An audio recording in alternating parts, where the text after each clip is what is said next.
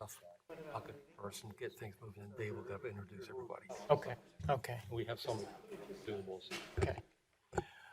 Good evening and welcome to the October 2021 Board of Commissioners meeting. The board did meet in executive session before tonight's meeting to discuss personnel and real estate matters.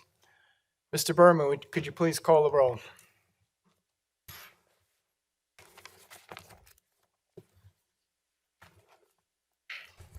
Mr. D'Amelio. Here. Mr. Oliva. Here. Mr. McCluskey. Here. Mr. Siegel. Here. Mr. McCabe. Here. Mr. Holmes. Here. Mr. Wexler. Here. Mr. Quinn. Here. And Dr. Hart. Here. Chief Viola, would you please lead us in the pledge? Allegiance to the flag of the United States of America and to the republic for which it stands, one nation, under God, indivisible, with liberty and justice for all. Thank you. Wouldn't be a meeting without that. Next item on the agenda is the Citizens Forum, 30 minutes for registered speakers or speakers on agenda items only. I believe we have one registered speaker, Mr. Mike Levin.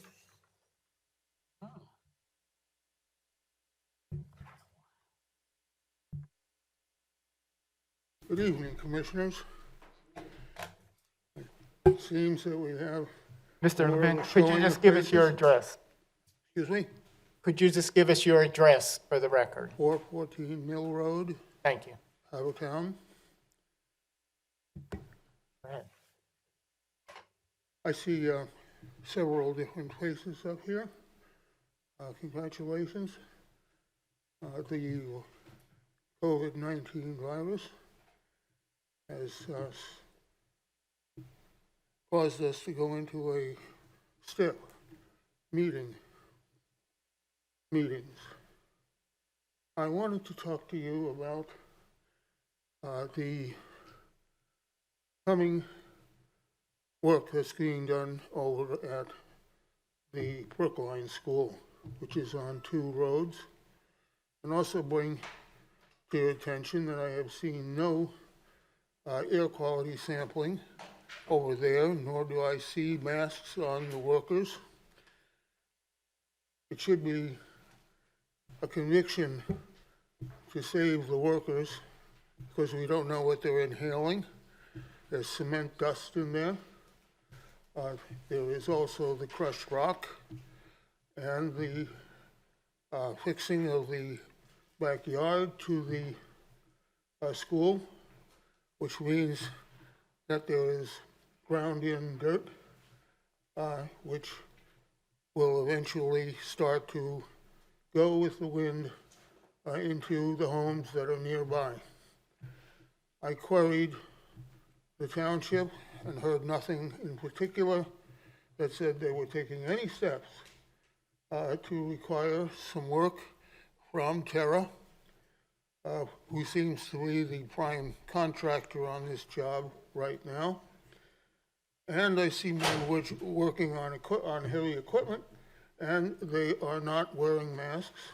And the single person on the ground, which is sorting out the things that are taken, are going to be taken or set aside, wears no mask either, and I feel sorry for him, and as well as the workers from Terra, who don't seem to be obeying any method of doing something out there. And the winds are carrying that dust onto the soils and onto the grasses in there. And we still don't know what is going to exist with the housing nearby. This was put off in the first and multiple meetings. There was no statement as to what it was going to be or how it was going to be used. I think it's about time that the commissioners could bring this up at their own meeting and bring this up in front of the members who live nearby. They think things are perfectly all right. that they are pleased that there is some water going into the soils outside of the Brookline school, sprayed on. Well, I don't see anything like that happening. And they spray the materials that they're removing. I don't see anything happening there either. It was quick, take it off the building, drop it on the ground, pick it up again, put it on the truck, cover the truck with a tarpaulin, and get to the end of it.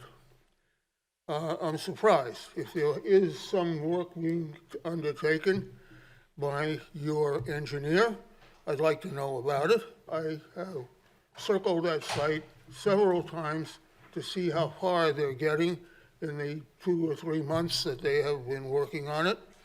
And I haven't seen him at the site at all, or a disposition of Pannoni, for example, who I think is your engineer.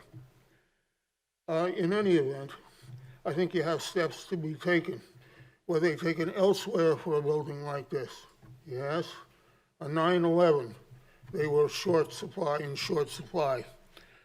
They had no air quality tests that were being taken, and almost 3,000 people were killed because of that. They knew afterwards that the thing to do was to take air quality test, and the air quality test was reviewed and has come out lately as saying, well, it might have been hard on the residents, but the firemen came out all right. They were dressed for the work. These workers are not dressed for the work. And they're being placed in this line of duty for I don't know how long. I don't know what cost that this is taking place at, but certainly an air quality test is necessary both for the houses, the cars, as well as the people who are most important. So I'd like to thank you for listening to this evening. I know you have one doctor among you, and regardless of his practice, he is also a person that could bring this to the attention of a small group to begin with, perhaps with another 1 or 2 commissioners, and tell me what we're going to get before we kill those 2 people, 3 people, plus any others that are on the site or near the site. Thank you very much. That's all I have for you tonight. Any other speakers?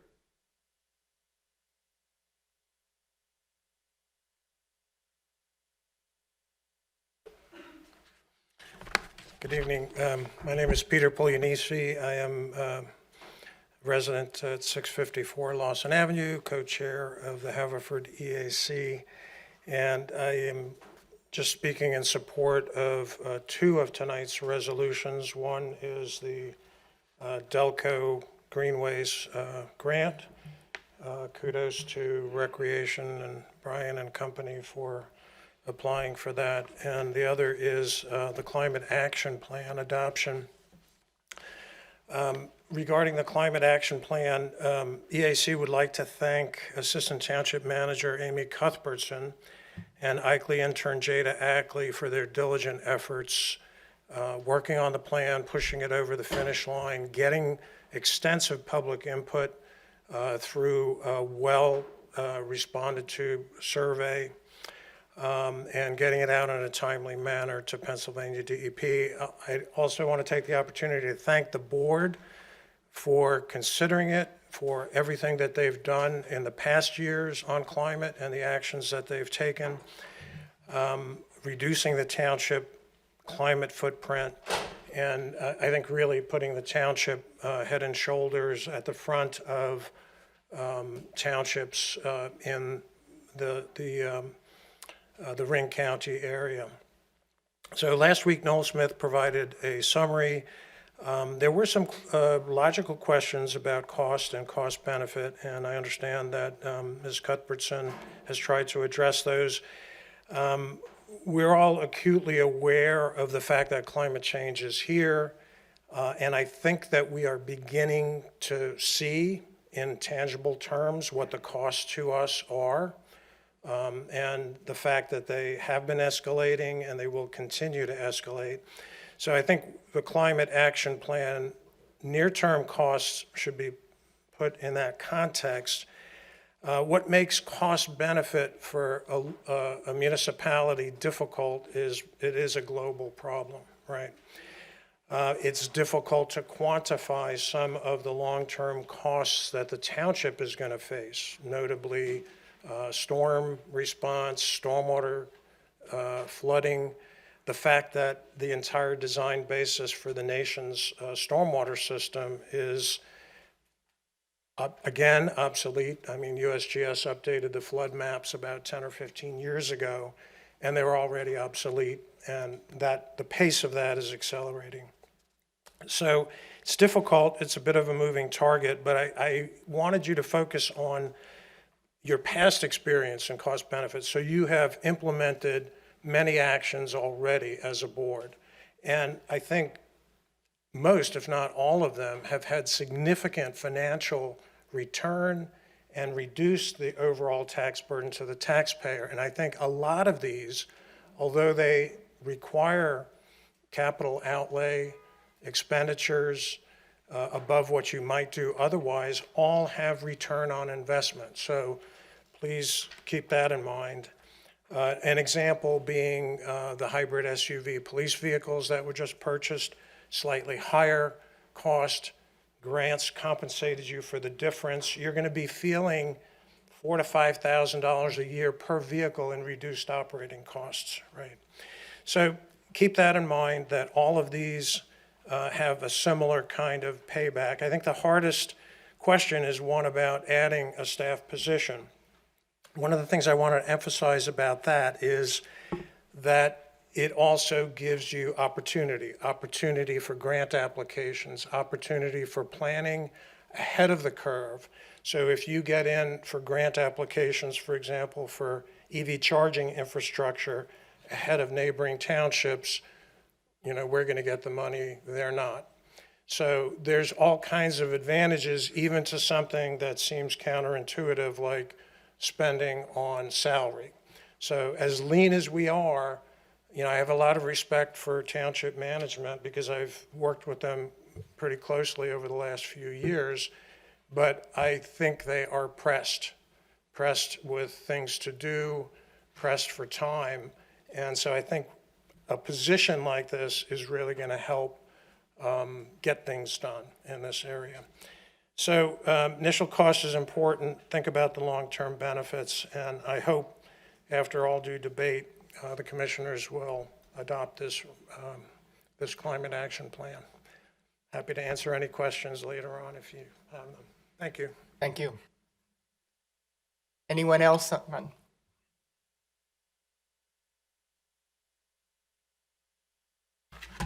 It's okay if I take this off. Oh, so good, Chief.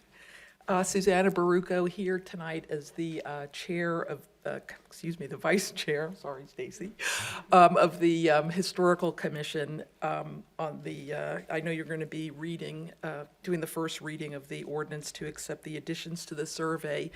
And I just wanted to express again my encouragement for a unanimous vote to add the historic resources to the survey, and just a reminder that I think it's incumbent upon all of you to remember that the ordinance, as it reads, indicates that the protection and preservation of historic resources are public necessities and promote the health, safety, and welfare of the citizens of the Township of Haverford.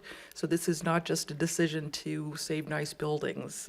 It's been shown that the preservation of historic buildings is a public benefit, and to that purpose B is to promote the general welfare by protecting the integrity of the historic resources of the township.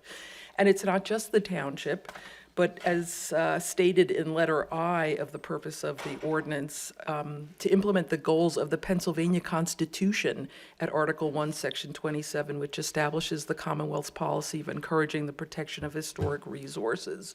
So the issue of protection of historic resources, it's local, it's statewide, it's nationwide.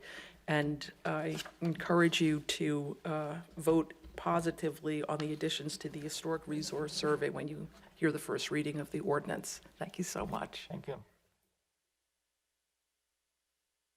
Anyone else? Okay. One comment, apologies, there was someone who sent in a written comment. We had been reading written comments during when our meetings were remote. We're no longer doing that, so that it was somebody, again, in support of the climate resolution, but we are not doing that. We need people, residents to come to the meetings. Mr. Pannoni, I don't know, do you have any comments on the Brookline School? Sure, Mr. Chairman. So the Brookline School, as the board knows, 3, 4, 5 months ago, the abatement and then demolition work was done to abate and demolish the school. During the abatement process, while there was asbestos abatement, there was full-time air monitoring and full-time inspection by Pannoni Associates. That was, those results were taken, they're recorded, they're provided periodically to the township manager, and they're all done in accordance with the applicable rules and regulations. Once the abatement was done, the demolition started. That's what's proceeding now. The demolition has what I call part-time inspection by Pannoni Associates. We are not doing air monitoring. It's not required. We're not doing it. We can certainly do it, but there are no third-party requirements to do it. And Dr. Levin's concerns about worker safety, that's the first time I've heard that concern. I will look into that. As this board knows, we award, the township awards a contractor, a third-party contractor. They're in charge of means and methods and safety, but we have the ability to at least confirm that that there do not appear to be any worker safety issues. So we'll check. Okay, thank you. Appreciate it. Next item on the agenda is the Westchester Pike Adaptive Signal System Update. Chief Viola, I think you're going to lead that.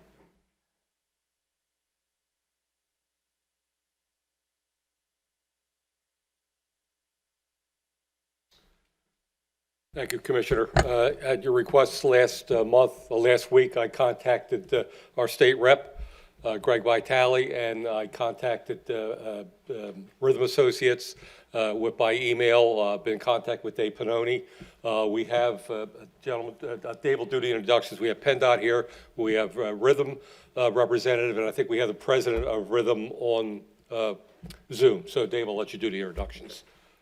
Thanks, John. So as Chief Viola mentioned, in response to the board, in response to the concerns with Westchester Pike, we have 3 in-person representatives here to make a little presentation and answer some questions and lay out a path forward. So Paul Lutz is here with PennDOT. Paul's back at the corner. Paul, after I finish speaking, Paul's going to speak. And then Richard Cole is here with Rhythm. Rhythm is the manufacturer of the equipment. And then Brian Keaveney, who's with Pannoni Associates, with our firm, and a little bit of a distinguishing word his role is. Pannoni has an open-end contract with PennDOT where Brian is hired directly by PennDOT to help troubleshoot this project, having implemented some of these projects and helped to implement them in other places. So just a real quick background. The board probably remembers this project kicked off back in spring of 2019. The system went into operation about a year later, in February of 2020, and we are where we are now, which is where we're trying to resolve the problems that have not quite gone away. One last anomaly, which is important. It was a federally funded job administered by the state, about $1 million job. There was an 8% local match for Haverford Township. And the last thing is the contract, actually technically the contract is awarded by the state of Pennsylvania to a firm called Armour and Sons. So the primary contractor, who's still not off the job, was Armour and Sons. Rhythm is here because it is the rhythm equipment that's installed. So the anomalies and idiosyncrasies and details really get into the weeds with Rhythm.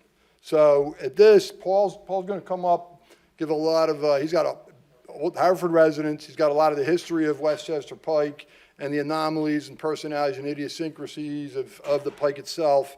And then Richard will come up and get into some of the details in the equipment and a little bit of, again, the path forward. Dave, just a real quick question. What was our cost? We were 8%, so we were at $90,000. Thank you. Thanks, Steve. Good evening, everyone. Paul Lutz with PennDOT. Wanted to just go over the corridor real quick. I'm sure most of the people in here are familiar with Westchester Pike. I lived here all my life, been driving it all my life. Actually moved out into Chester County because of the congestion that's down in here. I know a lot of people do that. We're working with you guys as hard as we can. I just want to walk up through the corridor from the east end to the west end. We're down there at the triangle. Everybody knows the triangle. It's extremely difficult to time Westchester Pike and Township Line, Lansdowne Road. That's an existing rhythm system that was installed a couple years ago. It's running pretty well, and it's using thermal cameras. I want you guys to listen to the detection you'll talk about and you'll hear later. The system that we have up through Westchester Pike now, heading out of that triangle, we're coming through the two signals there at Nailers Run and Steel. We had some problems with the way they were timed, so we're trying to work with the vendors to try and solve that. It's a little tricky. We think we're almost done solving that problem. Heading further up into Manoa Road, very congested area. We have a school zone in there, a lot of pedestrians, a lot of school kids walking across there. Unfortunately, they're coming through in rush hour in the morning and they're coming through in rush hours in the evening. So again, a very congested area. Again, heading further west in the Eagle Road, in and around Manoa Shopping Center. Another very difficult intersection. It's overcapacity in the rush hour times, meaning there's too much traffic. We just can't handle it through there. So then you head down to the worst part, which is into I-476.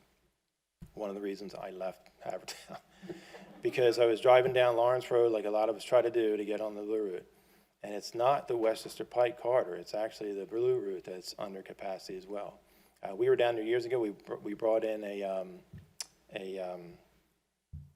remote flying device and what's it? I can't remember.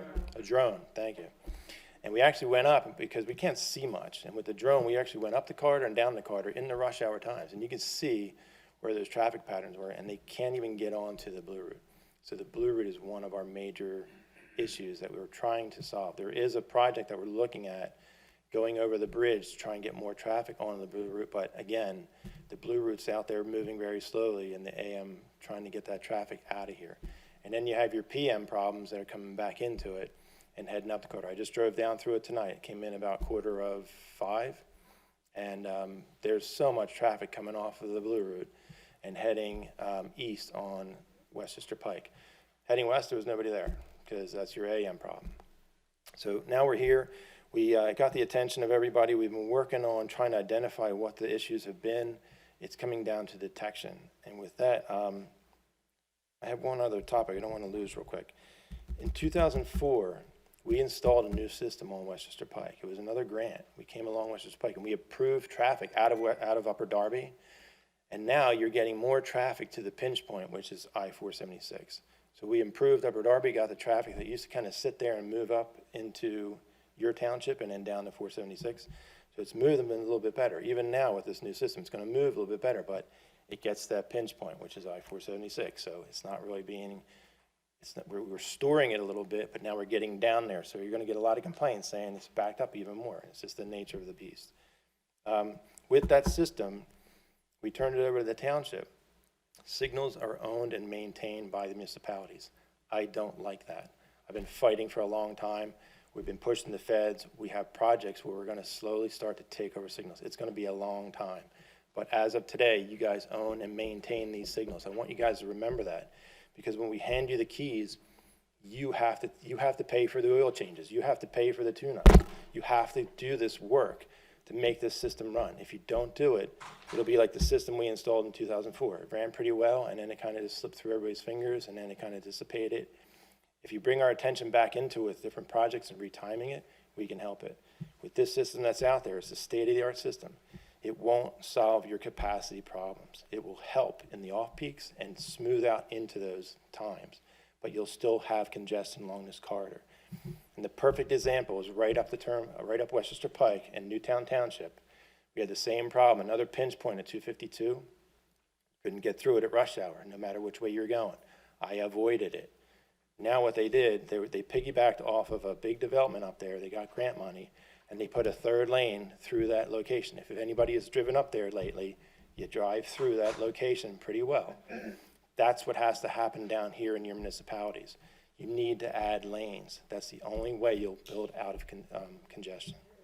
And with that, I'd like to introduce Brian, if you have anything else, or we can go right to Rich. Thank you, guys.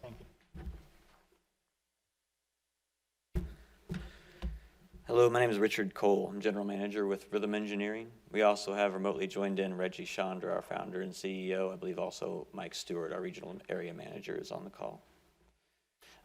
Just want to start out by introducing ourselves because I don't know how much everybody here is familiar with Rhythm. We're an organization based on a mission to empower traffic management professionals to get their loved ones to their destinations safer and faster. We operate over 3,000 signals in the country, over 600 in Pennsylvania. We have over 120 here in PennDOT 6. And I do want to thank you all for being a part of our partnership that helps bring this difference to motorists. As an organization, we have a 24/7, 365 support hotline. We can call or email and generate requests at any time from any interested party, and we can investigate and look into whatever issues might be experienced at the time. We do acknowledge, as Paul said, that there is an organization with a maintenance provider and different contractors on your end, and we want to integrate into that communication path seamlessly. If we don't integrate into that communication path seamlessly, we can have delayed reactions or responses to concerns that you have. There are three big parts to the adaptive system that I'll just briefly review today, and certainly give the opportunity for any questions if I've not been clear. There's the detection, the integration with the controller, and the configurations that's set into adaptive. The detection is radar that we have on these intersections that we're talking about today. Certainly we have thermal cameras and other optical cameras throughout Pennsylvania. The radars are powered via PoE, power over Ethernet, which means a single Cat6 cable provides both the power and the data from the radar to the processor.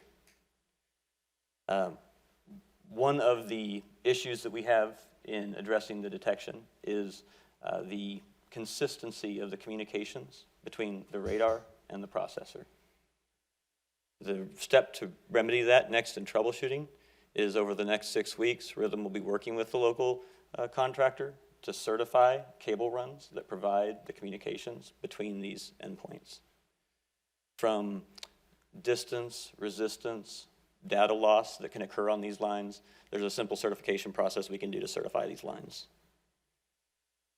We will also be adding external detection. There are loops available at different intersections.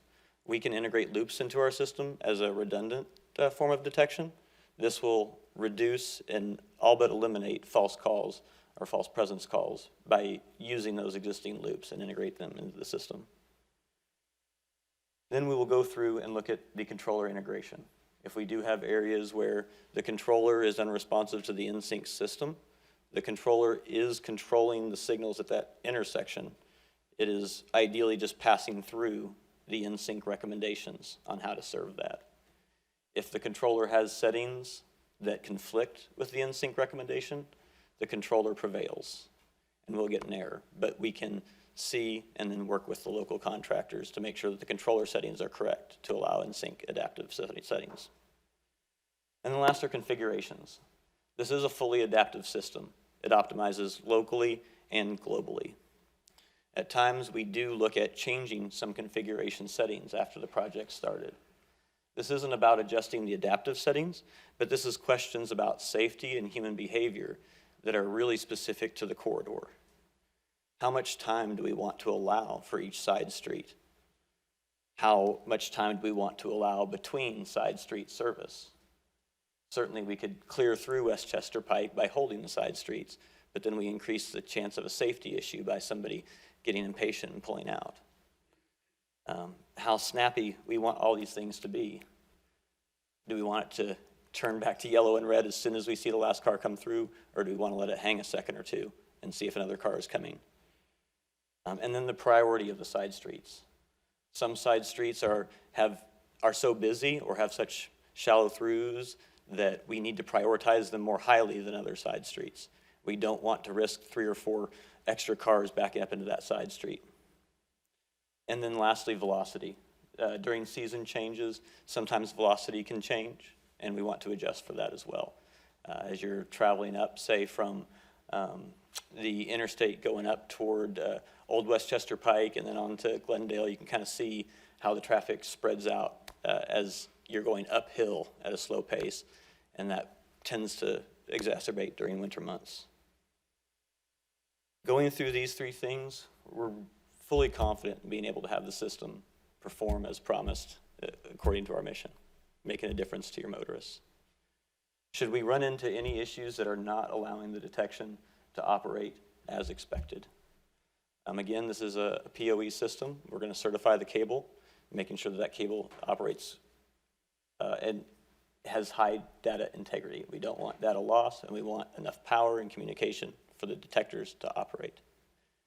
If we find environmental factors, close by power lines or other things that are not allowing that to operate, we will use FLIR cameras as requested by the municipality based on your prior experience and making sure that everybody here is comfortable with the detection sources being used. We will ensure over the next 6 weeks that we've checked these detectors, puts us around Thanksgiving to make any decisions should we need to move to a different detection choice for a particular intersection. As of right now, the vast majority of detection sources are all working.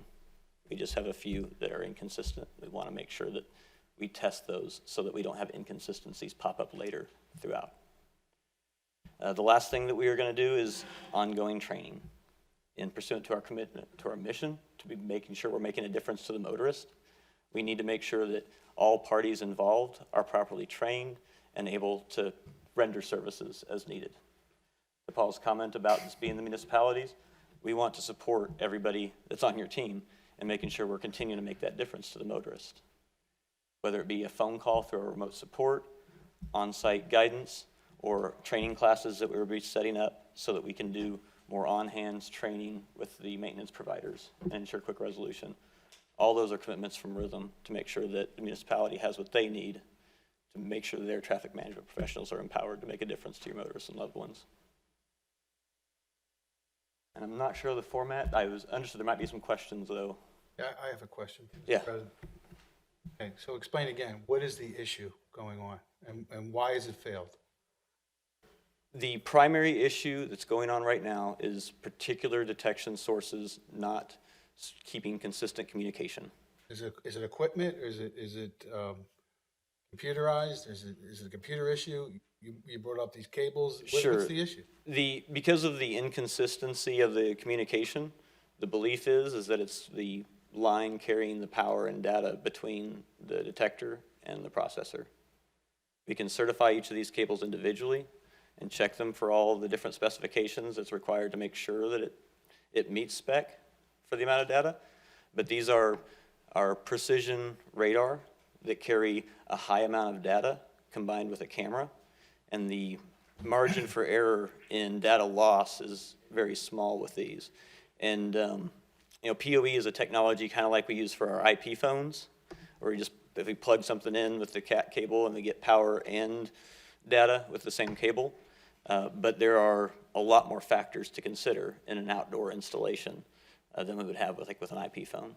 So that cable run will absolutely cause these, the cable run losing data or having too much resistance to power will absolutely cause what we're seeing now. So is not this something consistently. new? Is this something new to you? Has this happened before?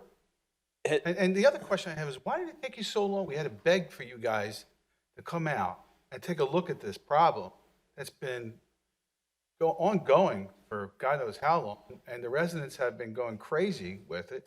And we had to beg to get you to come out here, number one, and I appreciate you doing it now, but I think you should have been a little more proactive. And has it happened anywhere else? And can you learn from this? I mean, Yes. can you fix this? And you said 6 weeks, it's gonna take 6 weeks to fix it? Oh, to certify the cables that are run throughout the corridor, that is a pretty good estimate, yes. This absolutely can happen. Certifying cable is always a process that we want to go through in troubleshooting any sort of a sporadic issue. If it's intermittent, we can plug the device in and at the time be able to get a good connection. But if there's a bend in a cable or the termination, the RJ45 blocks that go on the end of the cable come loose or the shielding tears a little bit, we can have interference on that cable line that isn't detectable without the full certification process. Again, is this new to you? Is this happening anywhere else? Or, I mean, it This seems to is be not happening new in here. particular to me. I came today at Chief Viola's request. I was not aware of previous requests, certainly not trying to avoid anything in the process. I think as far as our organization and how we operate, typically, once an organization has decided that they want to install rhythm, that goes out to a contractor bidder. That contractor purchases the equipment from us and then contacts us at the time that they're ready to turn the equipment on. And so there's definitely potential, and this is what I talked about in the communication process that goes back and forth, for communication to be lost and that to cause delay. So what can we expect for the next 6 weeks? What's going to happen? It will be slight improvement, or just at the end of 6 weeks, there will be an improvement? As far as improvement goes, I do want to make sure that I understand exactly what's expected there. Improvement in terms of the congestion that goes between the interstate and the Glendale area. I don't expect that to affect that congestion in that space there. What we're talking about in terms of the individual detectors is being able to look at the side streets, at the local intersections, and being able to accurately detect the real-time data. If the detector stops communicating, it will start using historical data based off of what's been there in the past in that intersection, and that decreases the optimization of the intersection in the corridor. What I saw, I sat out on Rita's, Steel Road. There was no cars. I think that was 8:30 on a Saturday night. No cars coming down Steel. That traffic light cycled. Stopped the traffic coming down Westchester Pike, continually cycling. And then the traffic would stop at the next intersection? No, the other one. Gilmore, that's it. At Gilmore, the traffic would stop. And then at the shopping center, it would stop again. So to get from on a Saturday evening at 8:30, not a lot of traffic going on, you stopped 4 different times. I couldn't see up the corridor, I couldn't see further down. But you stopped 4 different times when there was no volume of traffic. If you're saying that during congested times, I understand that. During congestion, volume, I get it. But there was very little volume going on, and the left turn signal to come onto Steel, there was 3 cars sitting there and it never cycled. They had to blow through the light to come across. Now, you're saying that we don't want these signals on the side street to make it safer for people, but if somebody's got to come across Westchester Pike because the left turn signal never changes. That light cycled 3 times while I was watching it, and cars sat in that left turn lane to turn onto Steel Road. So that's what we're talking about. That's the issue. It's not working correct. Okay, and It's not volume. there are different configuration settings at different times of day and different things throughout the week that could actually honestly be a detection issue. Do you remember how long ago it was that this was it? It was last Saturday This night? last Saturday night? Okay. During the day on Saturdays as well. It's backed up for or forever. Yeah, during Saturdays, we have high volume coming through, like in the afternoon, but at night, there was not a lot of traffic. Westchester Pike has traffic, Sure. but there was not, and constantly stopping. And I know when I come out of, when I'm in Marple and I come back into Havertown, I get stuck at 3 or 4 of those traffic lights at 5 o'clock in the morning. No traffic. I make it all the way from 202 all the way down without stopping at one traffic light until I hit the blue route. And then I stop at 3 or 4. Something's wrong. Something is really wrong with this system. Okay. Well, I'll be honest. In my driving it today, I didn't experience some of those things. That doesn't mean that that's not exactly what happened. I'll though. put my camera in my car and I'll I'm- show you I'm- exactly I'm- what's happening. I'm not arguing the point to either way there. I guess what I'm saying is our intent is to make sure that the system works as it absolutely can. We do stand behind that. Where I think communication lapsed at was our involvement in understanding what was happening currently and us getting directly back involved with the project and any remediations to make sure that that equipment's working. We typically we typically interact when contacted. You know, maintenance provider calls us, it says we're having this issue, and we help resolve that issue. And I'm here tonight because I truly believe this is a sensitive issue that we need to take care of. I travel out here because this is important to me. I certainly did not try to avoid or want to not be involved in previous resolution. Rhythm didn't have the communication to understand what was happening here. And so it's really important to us now to make sure that we're reacting appropriately. We're taking what you hear, or we're hearing what you're saying, and we're applying those into solutions that actually do get you and your loved ones to where you're going safer and faster. Hey, Rich, could you talk to him about the fusion component? Yeah, and I kind of mentioned it in the addition of external detection. We have a fusion component, and with fusion and in sync, we integrate external detection. So in areas where we already have loops that are along certain phases for presence detection, we can integrate that both as a redundancy and to eliminate the false calls, false positive, false negatives. And I'm checking with the local contractors to see where those loops are already installed at to be able to be used and pulled to the cabinets so that we can integrate those. But that would be something to where if somebody at Nailers or at Steel wasn't being detected, that if a loop there would automatically presence detect. It wasn't that they weren't being detected. It was that they were detecting when there was no cars there. Okay. So that loop, that light cycle with no cars there, stopping the traffic along Westchester Pike on through 3 or 4 cycles. And then when it was running through these loops, it wasn't allowing the traffic going westbound to turn. The signal never came on for them to turn. All 3 cars went through that traffic light on red while I sat there and watched the whole thing. Well, I'm certainly on your team that that's not what we want. And I think we have the ability to go out there and get that fixed for you. And I apologize on behalf of all involved that it took this much to make sure that we had the proper attention from the appropriate parties on this. Yeah, we just want it fixed. Absolutely. May I say, John, send out a question? Commissioner Siegel was next. You'll excuse me, but I know you're explaining all this stuff in all of the technical terms.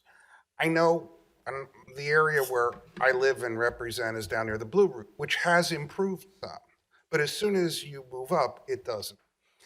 I'm going to ask more simple questions because I don't understand the technical stuff. How long do you estimate it will take to have the situation improved or fixed? I've heard 6 weeks for cable stuff. I don't understand all of how it transmits. I don't really care. People who complain to me don't care. They want to know a timeline. 6 weeks, 6 months, never, whatever it is. And I've lost it in listening to you. And what Rhythm can do is committing to is the 6 months or the 6 weeks timeline on certifying the cable to the detection source. If we cannot get the detection operating based off of that process, we will replace it with the FLIR that's been requested. That's that 6-week timeline that we're talking about there. Where I'm That just means 6 weeks to make sure the signals are all communicating. The signals are communicating currently. Okay. So where we have a false detection, whether it be from a detector that's currently not communicating or elsewhere, that will cause service that we don't want, and the different things that are being described here, as well as reducing the optimization of the corridor. So once you figure out that all the signals are communicating or whatever, then what happens? Or does that sort of work to fix it? And I think that's just where I want to be specific about what results to expect, because we don't believe that configuration-wise, we're going to improve the congestion and the volume versus capacity issue that we're seeing from the interstate through kind of the Glendale area on that stretch there. In driving through a lot of the other areas, seeing that congestion loosen right back up as we get past that point, but the saturation's so heavy during that, I wouldn't expect that the system itself is going to alleviate that problem. The congestion is going to be the same. Well, you can't eliminate the More or cars, and we are supposed to have next year a $3 million improvement at the Blue Route. But what I'm hearing is, with all of that, because we have too many cars, it's not going to make a difference? There's got to be some place to put those cars to, and without stopping Eagle, Glendale, Manoa, all those throughout, and just letting everything flood through and stopping those side streets, we don't have any place to put those cars to. So why are we doing all this? I'm just lost. I don't hear a There's solution. an absolute reduction in overall delays, stops that we see on the corridor, fuel savings. There's a lot of added benefits that go with the InSync system. As Paul and maybe some others have seen, InSync does exist heavily throughout the district, throughout the state, and the country. Those differences, those values that InSync adds are why people get InSync, to make it worth it for that. It will not be like a magic bullet, though, in terms of the saturation. It will make improvements. It will smooth some things. From my experience kind of driving today, it does a pretty decent job replatooning in that Glengarry to Glendale coming off of the interstate and then passing it smoothly back through Westchester Pike as it goes. I had several experiences being able to get past Darby, all the way on green lights after hitting through that Glendale section during the 4:30 to 5:15 time that I was driving it today. So that coordination does appear to be working very smoothly. I don't expect it to have a dramatic effect on that congestion, though. Let me add to that real quick, Rich. I think most of the complaints that I've heard and seen, everybody understands we have congestion. They know we're not going to get out of it until we build additional lanes. I think that's clear. But everybody's complaining about when the traffic's not there and you're being stopped for no reason. That upsets people. That's what we're here to try to fix. He's working on a solution to fix that radar system. If he can't get that fixed, he's going to replace it with the FLIR cameras, the thermal cameras, a little bit more reliable and less technology and information into them. That's what's running at the triangle right now. So the 6 weeks is to work through some fixes. They're going to do a test at 202 and Matlack because the system has been installed on 202 and Route 1. We're having some of the same difficulties with the same detectors, with the same radar systems. So that's his goal, to get that done. Rhythm has stepped forward and said if they can't get that fixed, they will come in here and on Westchester Pike replace these cameras with those thermal cameras for you guys. Okay. And the other thing, before I forget, the complaints. It's extremely important that the complaints get to the right people. So if there's somebody in Haverford that can channel them, whether it's, I don't want to put anybody on the table, whether it's the chief or somebody, because it's very important to know which direction, when, time of day, and everything that's going on around there. Because I get complaints like, oh, I got skipped, or I'm not sure when, where, why. So if we get a little bit more detail, then we can have our guys check it and see what's going on with that. There could, sometimes with detection, it can be sun glare, it can be shadowing, but with these radar systems, it shouldn't be.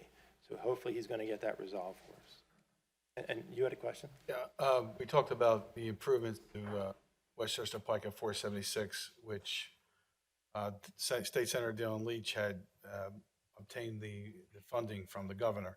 That's still there, right? We're still going to move forward? As far as I know, When are we yes. doing that? Yes. When? I'm not sure of dates. I only get to see the plans when they submit them into me for reviews, but we can get you information on some dates. Dave, do you know when that's?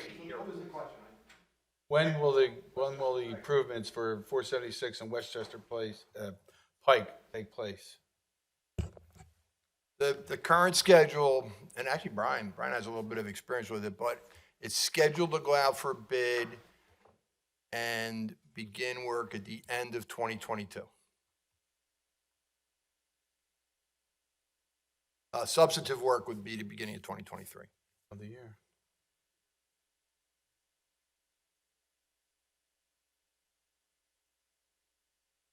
So, just to reiterate, at the end of 6 weeks, if you find this is not working, you're going to go to right away to the thermal cameras, right? Absolutely. I want to be clear. Our purpose is for your motorists, for your loved ones. That's why we exist. Whether you service them through radar or thermal cameras, those sorts of things are about what's most important to you. And because the radar comes with so much extra data that is useful to traffic management professionals, we want to try and make sure that the cable and everything is adequate to supply that amount of data that's coming through that radar and the integrated camera to the processor. If for some reason environmentally we cannot do that, the FLIR has a lot less data that it's using to transmit that detection and will be a very easy substitute. It powers the same way and we can replace that out, absolutely. But the mission here is for the motorists. Like I certainly didn't come here for any other reason than to make sure that what's important to you is known to be important to us as well. Okay. Brian, do you want?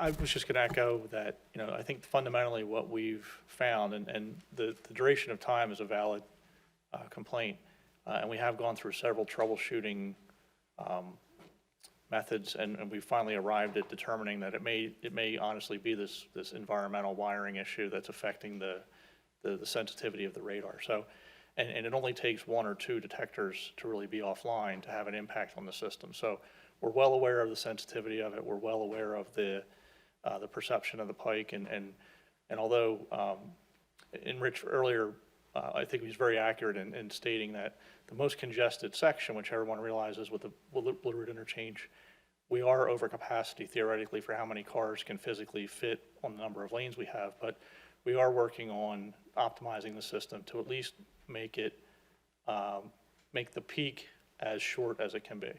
So we're trying to maximize the throughput of the system, and we're trying to effectively. Paul was very good in stating that one of the obvious issues is when there's green time and there's no vehicles.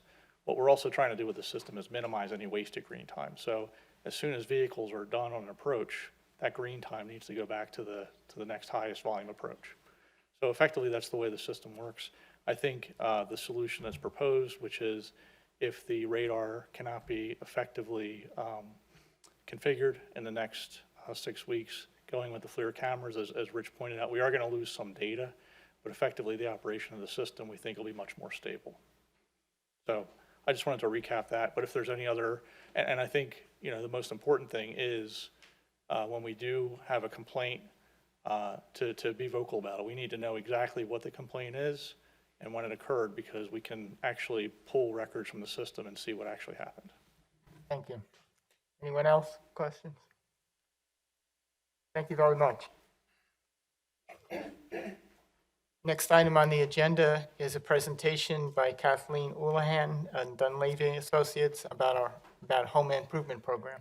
And Mr. President, Kathy works for Dunleavy Associates, as you said, and they administer our entire community development block grant program.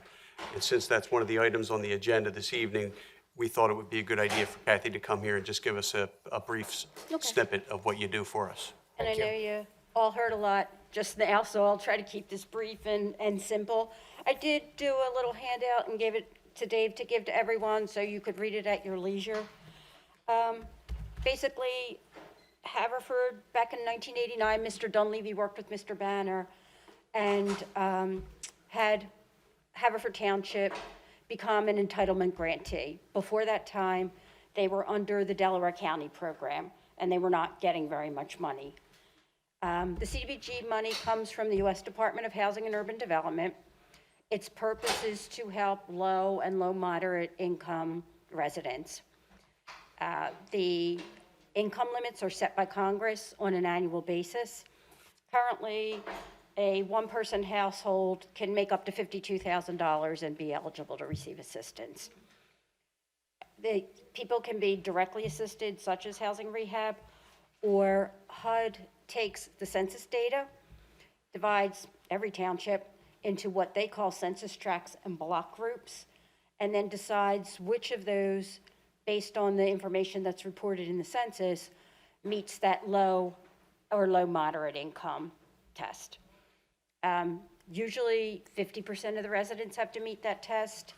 When HUD was made entitlement grantee, we were able to get an exception criteria that only 25% of the residents in each particular area would have to meet that income test.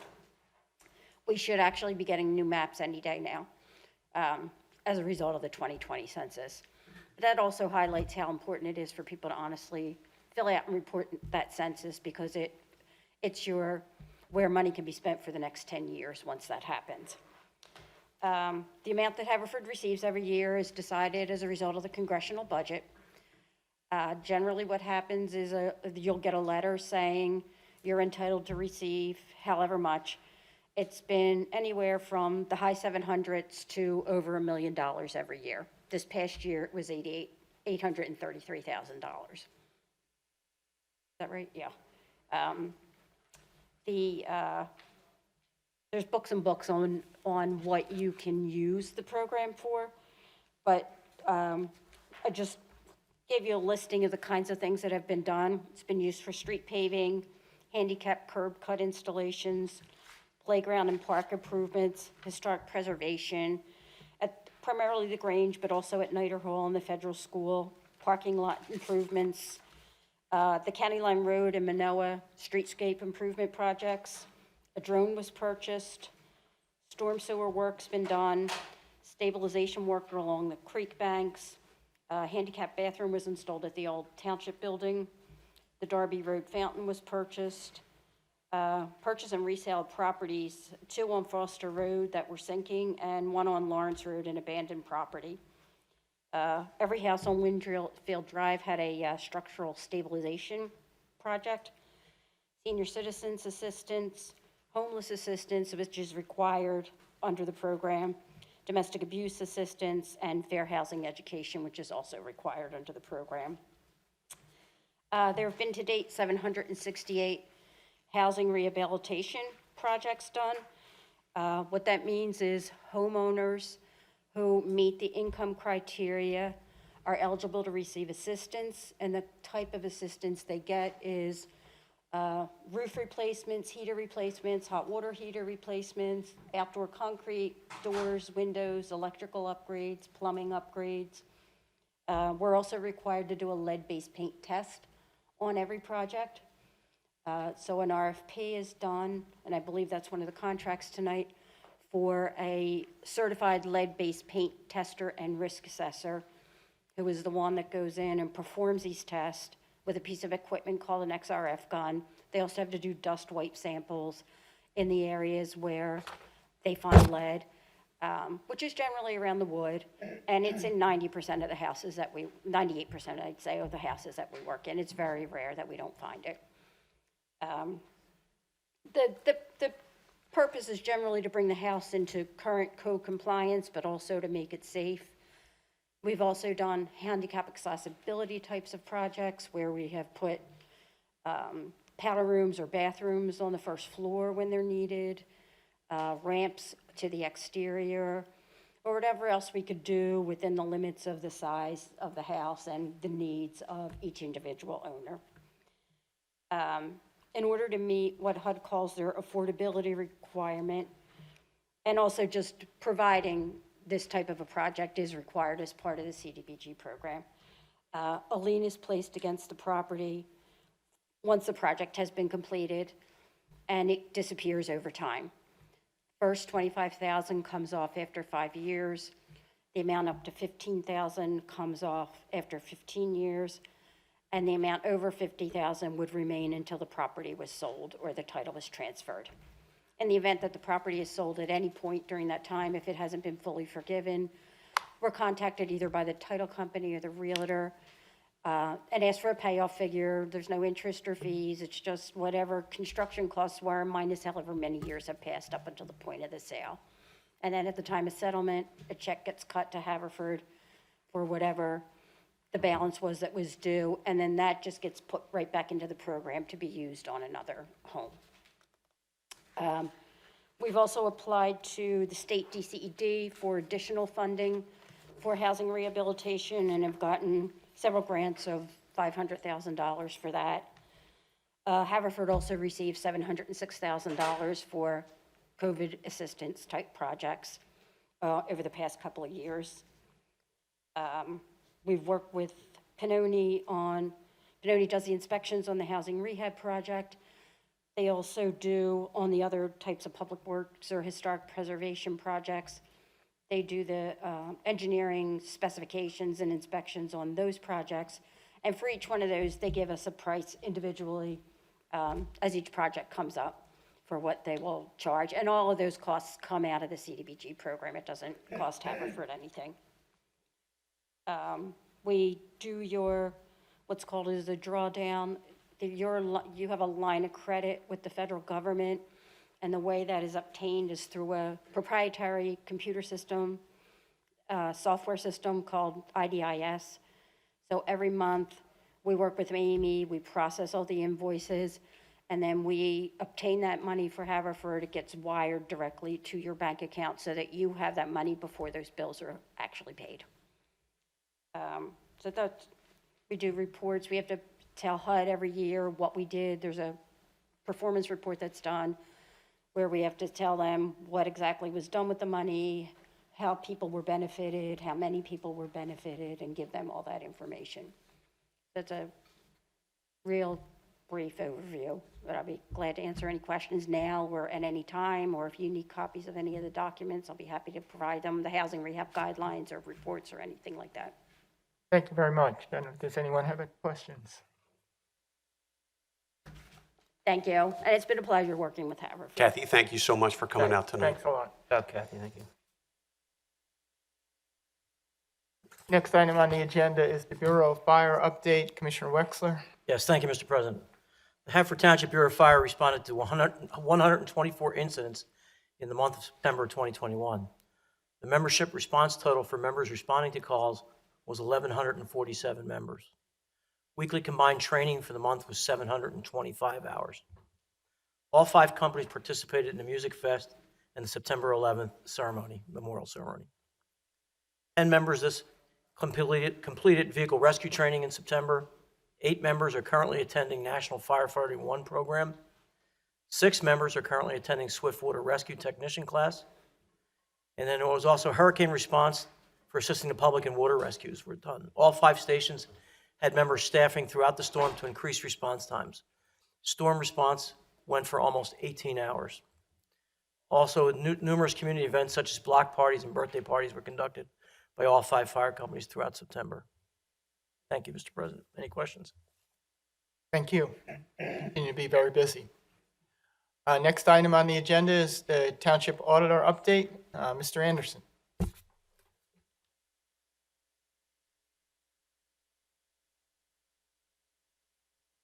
Hey guys, first I just want to say, Westchester Pike, I think we just need to blow it up and start all over. We really do. I reviewed the expenditures and warrants for this meeting. I found no irregularities and all my questions were answered to my satisfaction. I also wanted to mention too that we had a native of Havertown just get inducted to the Delco Sports Hall of Fame.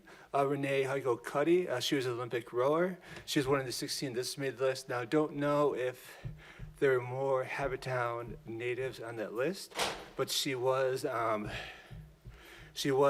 one Olympian to make the list, and she was a Haverford Higher graduate. Also, too, I want to encourage everybody to, if you have not yet gotten vaccinated, I want to encourage everybody who hasn't, to get vaccinated. We just hit a milestone of 700,000 deaths, and actually, I checked today, we're at 716,000. And there are stats out there about like 140K kids have lost a caregiver during this pandemic. So, and most of those are, the vast majority amongst those unvaccinated. I will also mention too, like I got vaccinated back in March. It hurt for a little while, but I've been fine. So I encourage everybody that hasn't to still get vaccinated. Thank you. Thank you. And just as a follow-up, Bobby Morgan, who was the one-time coach, Haverford High School girls and later Haverford College, and currently the Ursinus Women's College coach, was inducted into the Hall of Fame as well. That's great. Basketball. Next item on the agenda is Mr. Bermwood, the Township Manager update. Thank you. Just a reminder, voter registration is open until October 18th for the upcoming municipal election. So voters who need to register for the first time or to update their name and address can do so online at pavoterservices.pa.gov. And that'll be posted on our website as well. 2021 leaf season begins the week of November 1st. And just as we did last year, we're going to go in the order of the wards. First week is wards 1 through 4. Second week would be wards 5 through 7, and then 8 and 9 on the third week. And then we'll start again. Whole project takes about 8 weeks. We'll do 2 full collections. And I wanted to let you know that the recycling center on Hilltop Road, number 1 Hilltop, will be closed for the duration of the leaf season. We just have the same staffing shortages that we're hearing about across the country, we're having here in town. And in order to get the leaf collection done, excuse me, we're going to need to close the recycling center for that brief period of time. In addition, we're going to be sending updates to the schedule frequently throughout the season. We use many of the same vehicles for leaf collection that we also use for snow removal. And so when we're done the leaf collection, we need to be done so that we can switch all those vehicles back over for snow. We need to be prepared for the winter season. That'll, assuming everything goes well, the last collection will be the week of December 20th. Last announcement I have is earlier this month, Public Works employees. We had over 300 police, fire, Public Works, EMS, and other organizations that we're affiliated with took a traffic incident management system training course. And we felt that that was very important for the employees to take that class because of all the incidents that we've heard about recently where folks have been killed or injured on highway accidents. And so we felt that was important enough that we scheduled that program and did it, I think, 3 weeks ago. And thanks to Jim McCants for heading that up. And that's all I have. Thank you. Any questions? Item number 8, approval of minutes. Mr. Chairman, I'd like to make a motion to approve the regular meeting minutes of September 13th, 2021. Second? Second by Commissioner Oliva. Mr. Berman, please call the roll. Mr. D'Amelio. Yes. Mr. Oliva. Yes. Mr. McCluskey. Yes. Mr. Siegel. Yes. Mr. McCabe. Yes. Mr. Holmes. Yes. Mr. Wexler. Yes. Mr. Quinn. Yes. Dr. Hart. Yes. Item number 9, approval of warrants. President. Mr. Holmes.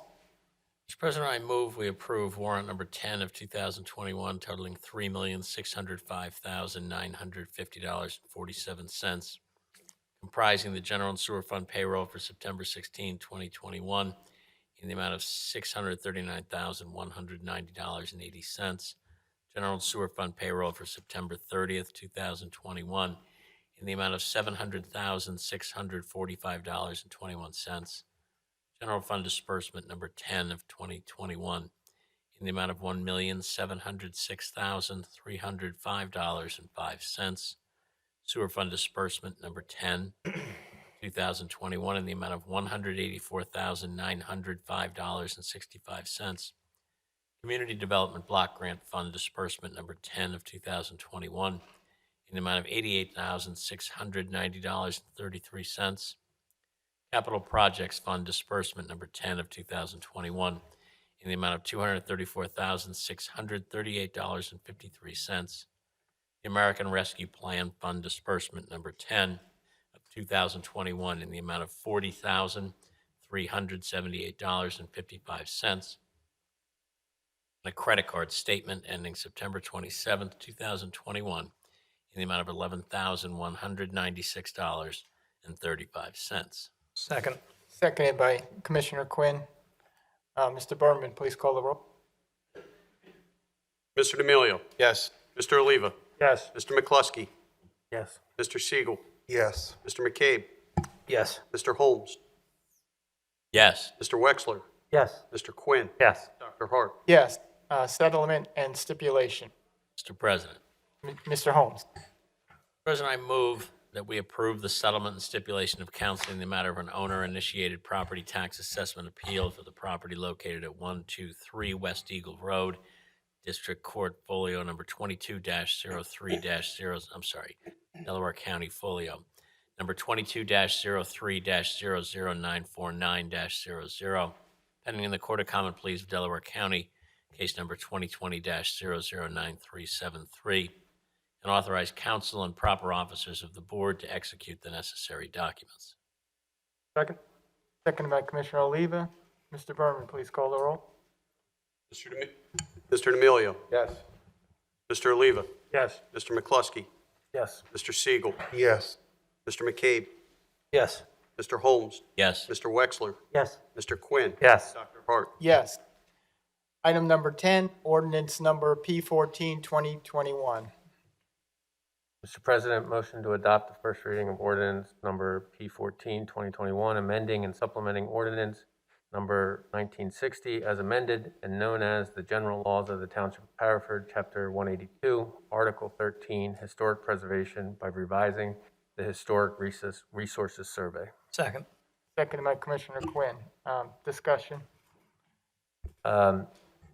Just before, we're obviously going to have discussion on this, but I just want to reiterate, as we had during the hearings, the board and the township's appreciation for the volunteers that sit on the Historical Commission and the amount of work that went into the presentations and the effort to get the grant money and the effort and the time and work that went into the presentations that were made to this board and the listing of these 12 properties. Thank you. Mr. President. Mr. Holmes. Mr. President, I would ask Mr. McCluskey to consider an amendment to the to ordinance P14, 2021.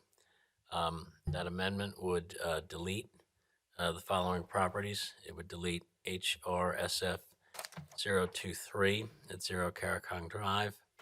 It would delete HRSF 024 at 835 Winwood Road. Delete HRSF 040 at 774 Millbrook Lane.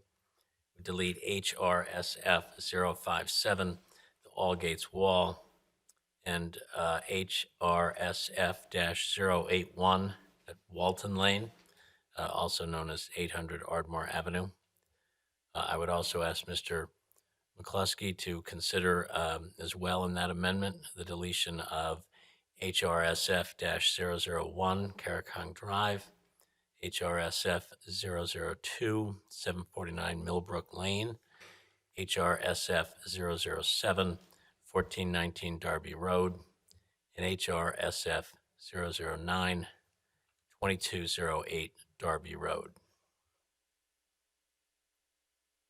Mr. McCluskey would like an explanation of that amendment. I'm happy to give it. Sure.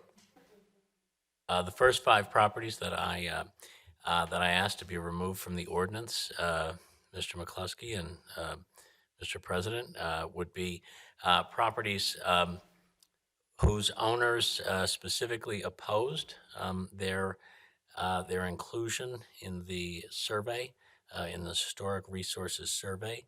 The next 4 properties that I identified are owners who were asked, and as of today, as far as I know, have not given either an affirmative or negative response to the request to be part of the Historic Resources Survey. As I have made clear throughout my consideration of the Historic Resources Survey and the amendments thereto, I certainly believe in the goals of the Historic Commission and in historic preservation, but I must balance with that the rights of individual homeowners and the very important rights that we attach to people's property rights, and therefore, with the exception of the 3 properties where the owners have affirmatively supported their inclusion in the Historic Resources Survey, I ask that the remainder be removed from our ordinance. And just to comment briefly on that, the 3 properties that would remain have not only responded, but support the notion of their properties being placed on the survey and wholeheartedly support from my understanding, specifically in the 3rd Ward, the American Legion post on Grassland Avenue is overjoyed and welcome the recognition and the guidance that comes with being placed on this, and the benefit that comes with being placed on the Historical Resources Survey. But as Mr. Holmes said, the other properties have either, the homeowners or property owners have indicated opposition and or not responded at all. So I will accept that amendment. And Commissioner Quinn, do you, having seconded the ordinance, do you accept those amendments? Accept it. Thank you, Mr. President, and Commissioner McCluskey and Commissioner Quinn. So we vote on that amendment, yeah. You don't have to vote on the amendment. Vote. We vote on the new. Or we can debate the amendment.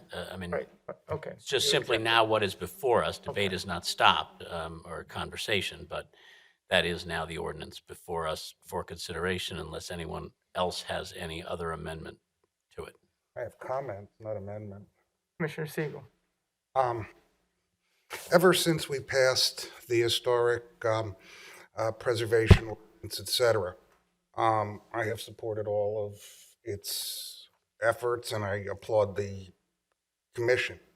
However, the fact that 9 of the 12 properties that are proposed here did not respond or opposed it, coupled with some of the information that I heard during the hearings, gives me pause.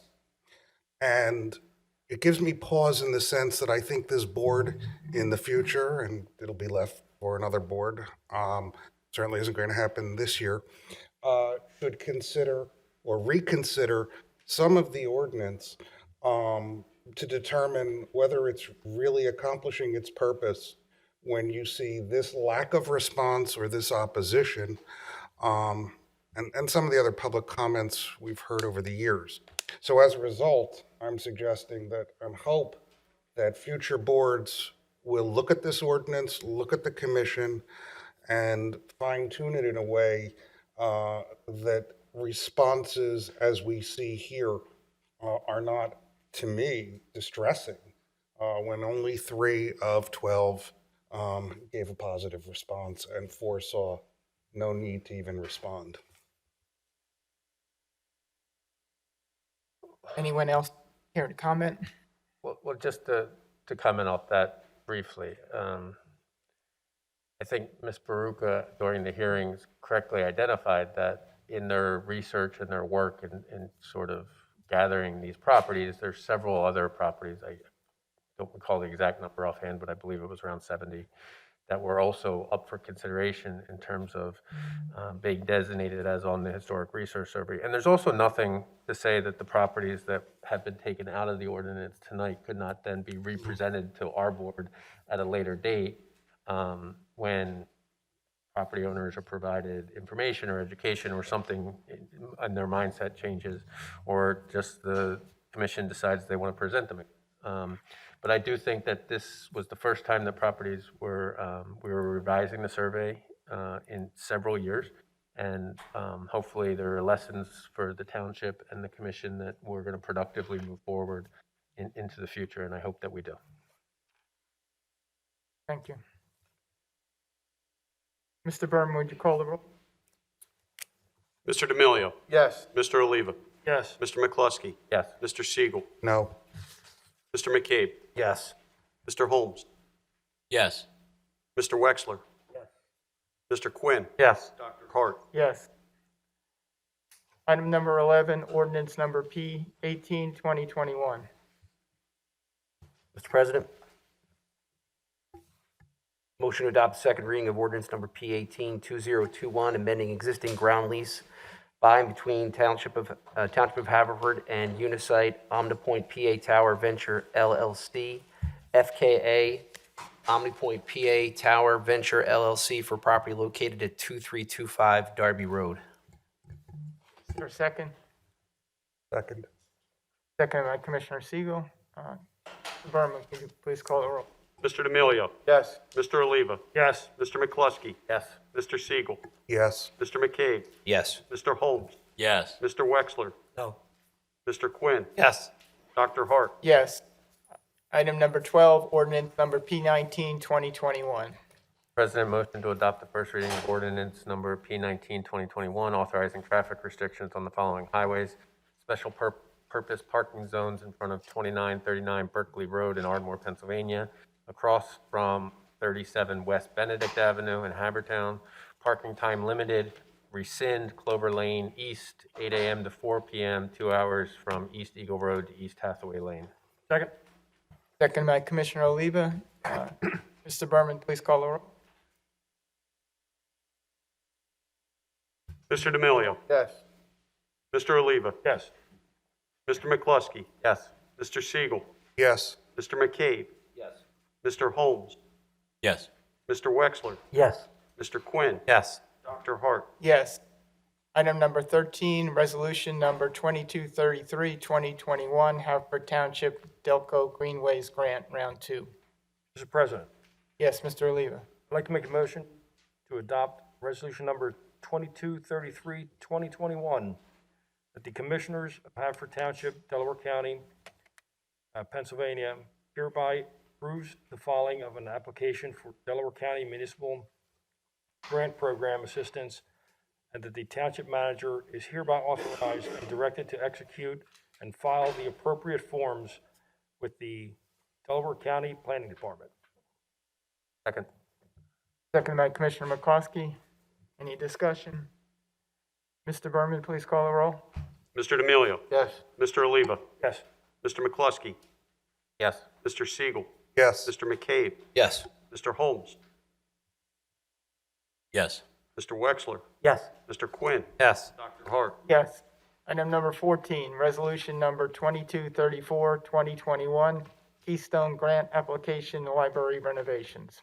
President, motion to adopt resolution number 2234, 2021, showing a matching funds in support of Haverford Township's free library application for a $750,000 grant from the Keystone Recreation Park and Conservation Program for the renovation project planned at the Haverford Township Free Library, and authorizes the Township Manager, David R. Berman of the said Township of Haverford, be authorized and directed to sign and submit the said grant application to the Pennsylvania Department of Education through the Office of the Commonwealth Library's Keystone Recreation Park and Conservation Fund. Second. Seconded by Commissioner Quinn. Mr. Berman, please call the roll. Could I have before we do both, that, I guess.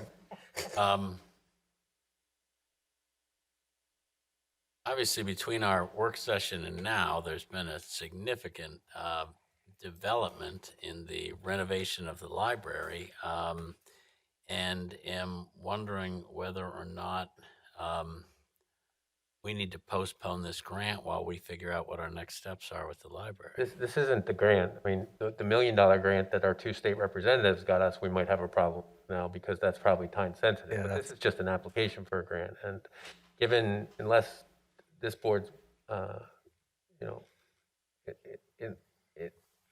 I see no reason why we wouldn't fill out the application for this, considering we're still, at some point. Right, and I trying to don't ask renovate that the question because I've decided what I'm going to do. I don't know how specific this application needs to be, whether it needs to estimate the size of the job or whether there's any ingredients to the work in the library that are now, up in the air, but need to be specific in this grant. But if it's general enough, that's fine. But I just wanted to make sure we weren't. And there's no timetable to apply, right? There's no timetable. I don't know. Yeah. That was my question. Sorry. What's in the grant application? Are we tying ourselves to something that at this point we can't commit to in light of the zoning board's decision? And candidly, in light of the fact that nothing has happened to move the library renovations forward for more than a decade. So I'd like to know.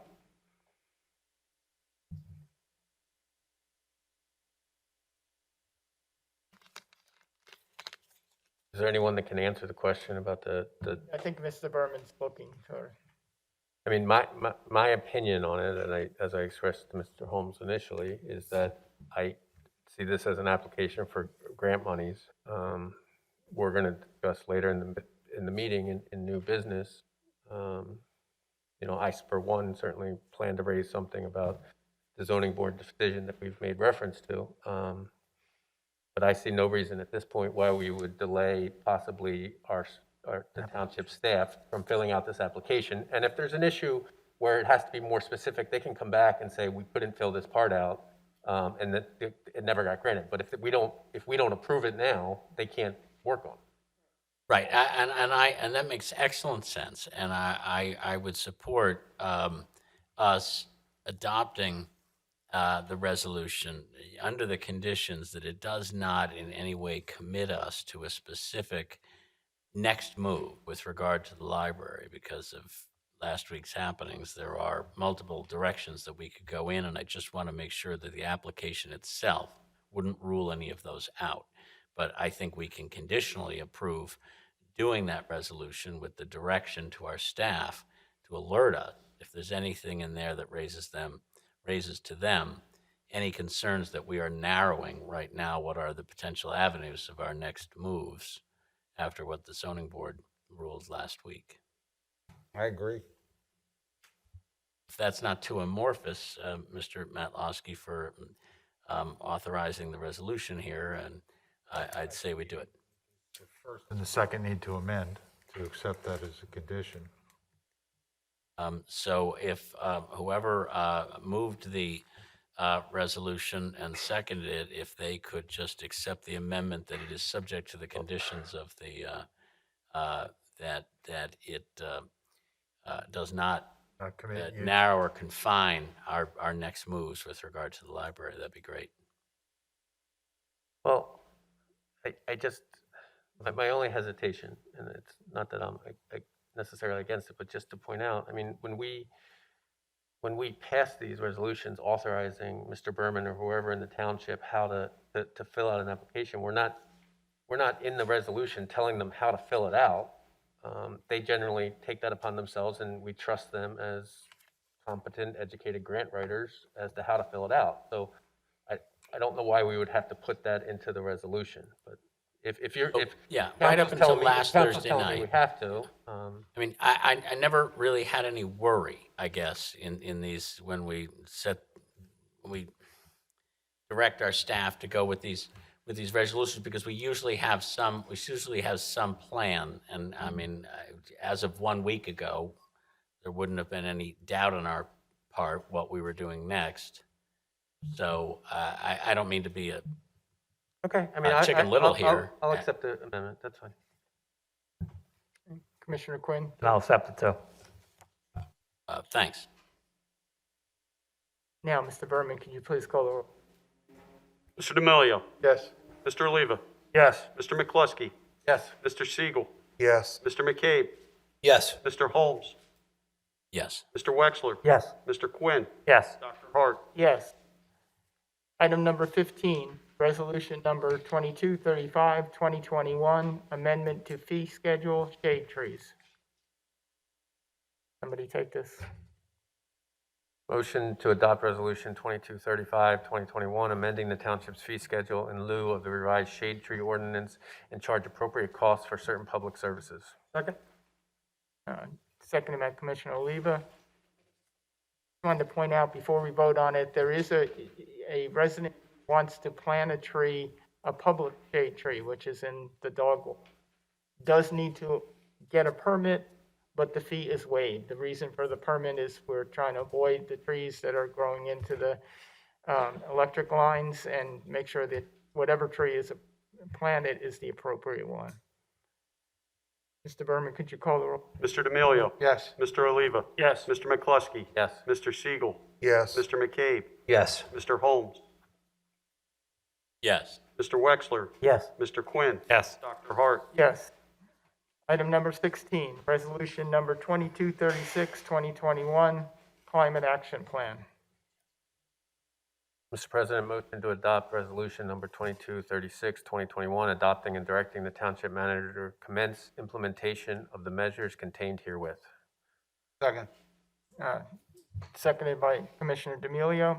Any discussion? I think as we've discussed last week, and then Mr. Pugliese again talked about today, it's a good step for the township in terms of our planning and next steps. I would just caution, in talking to people at Delaware County, the stipulation officer that they hired, it's a great resource for us already. It's actually a department that actually they thought would be similar to the health department to assist all municipalities with grant writing and everything. So even if we're not quick to pull the trigger on the hire, I think we have great resources out there already that can help us with that stuff. So. Yeah, again, this commits us to a plan, not necessarily adopting every point in the plan, but a framework for us to move forward. Mr. Berman, could you call the roll? Mr. D'Amelio. Yes. Mr. Oliva. Yes. Mr. McCluskey. Yes. Mr. Siegel. Yes. Mr. McCabe, Yes. Mr. Holmes, Yes. Mr. Wexler, Yes. Mr. Quinn, Yes. Dr. Hart. Yes. Item number 17, contract awards and agreements, Public Works. Mr. President, traffic signal maintenance contract, motion to award a 2-year traffic signal maintenance contract to Signal Service, Westchester, Pennsylvania, in the amount of $35,755, submitting the lowest responsible bid. Second. Seconded by Commissioner Siegel. Mr. Berman, could you call the roll? Mr. D'Amelio. Yes. Mr. Oliva. Yes. Mr. McCluskey. Yes. Mr. Siegel. Yes. Mr. McCabe, Yes. Mr. Holmes, Yes. Mr. Wexler, Yes. Mr. Quinn, Yes. Dr. Hart. Yes. A HUD home program, Mr. President, Mr. McCabe. motion to enter the contract professional services by and between the Township of Haverford and Anthony J. Dunleavy Associates for rehabilitation assistance, the amount of $156,000. Second. Seconded by Commissioner Holmes. Mr. Berman, could you please call the roll? Mr. D'Amelio. Yes. Mr. Oliva. Yes. Mr. McCluskey. Yes. Mr. Siegel. Yes. Mr. McCabe, Yes. Mr. Holmes, Yes. Mr. Wexler, Yes. Mr. Quinn. Yes. Dr. Hart. Yes. The next item.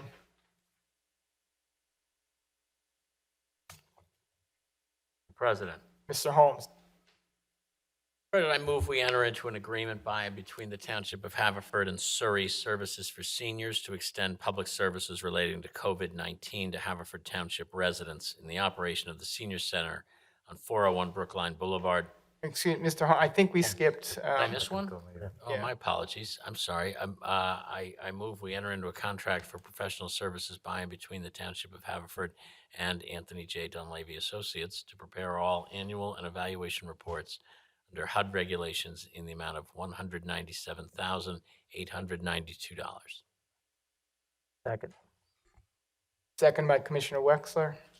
Mr. Berman, please call the roll. Mr. D'Amelio. Yes. Mr. Oliva? Yes. Mr. McCluskey? Yes. Mr. Siegel? Yes. Mr. McCabe? Yes. Mr. Holmes? Yes. Mr. Wexler? Yes. Mr. Quinn? Yes. Dr. Hart? Yes. The next motion for the Surrey Services, Mr. President, Mr. Holmes. waiting for the shoe to drop. To enter into an agreement by and between the Township of Haverford and Surrey Services for Seniors to extend public services relating to COVID-19 to Haverford Township residents in the operation of the Senior Center on 401 Brookline Boulevard. And Surrey Services for Seniors will operate its program in accordance with federal requirement. Second. Seconded by Commissioner Quinn. Mr. Berman, please call the roll. Mr. D'Amelio? Yes. Mr. Oliva? Yes. Mr. McCluskey? Yes. Mr. Siegel? Yes. Mr. McCabe? Yes. Mr. Holmes? Yes. Mr. Wexler? Yes. Mr. Quinn? Yes. Dr. Hart? Yes. Agreements. Mr. President, Mr. McCabe. motion to approve professional services agreement with Keystone Municipal Services of Swarthmore, PA, for services as a construction code official in accordance with the Pennsylvania Uniform Construction Code on an as-needed basis at a rate of $75 per hour. Second. Seconded by Commissioner Wexler. Mr. Berman, please call the roll. Mr. D'Amelio? Yes. Mr. Oliva? Yes. Mr. McCluskey? Yes. Mr. Siegel? Yes. Mr. McCabe? Yes. Mr. Holmes? Yes. Mr. Wexler? Yes. Mr. Quinn? Yes. Dr. Hart? Yes. Item number 18, purchases, Parks and Rec, correct, replacement carpet. Mr. President, Yes, Mr. Oliva. I'd like to make a motion to authorize the purchase of replacement carpet for the multi-use room and the lobby from Franklin Flooring Incorporated, Pottstown, PA, under CoStar's contract MRO 008-220 in the amount of $16,055. Second. Not yet. Second by Commissioner McCabe. Are there any questions? Mr. Berman, please call the roll. Mr. D'Amelio? Yes. Mr. Oliva? Yes. Mr. McCluskey? Yes. Mr. Siegel? Yes. Mr. McCabe? Yes. Mr. Holmes? Yes. Mr. Wexler? Yes. Mr. Quinn? Yes. Dr. Hart? Yes. Item number 19 is the continuation of the Citizens Forum for non-agenda items.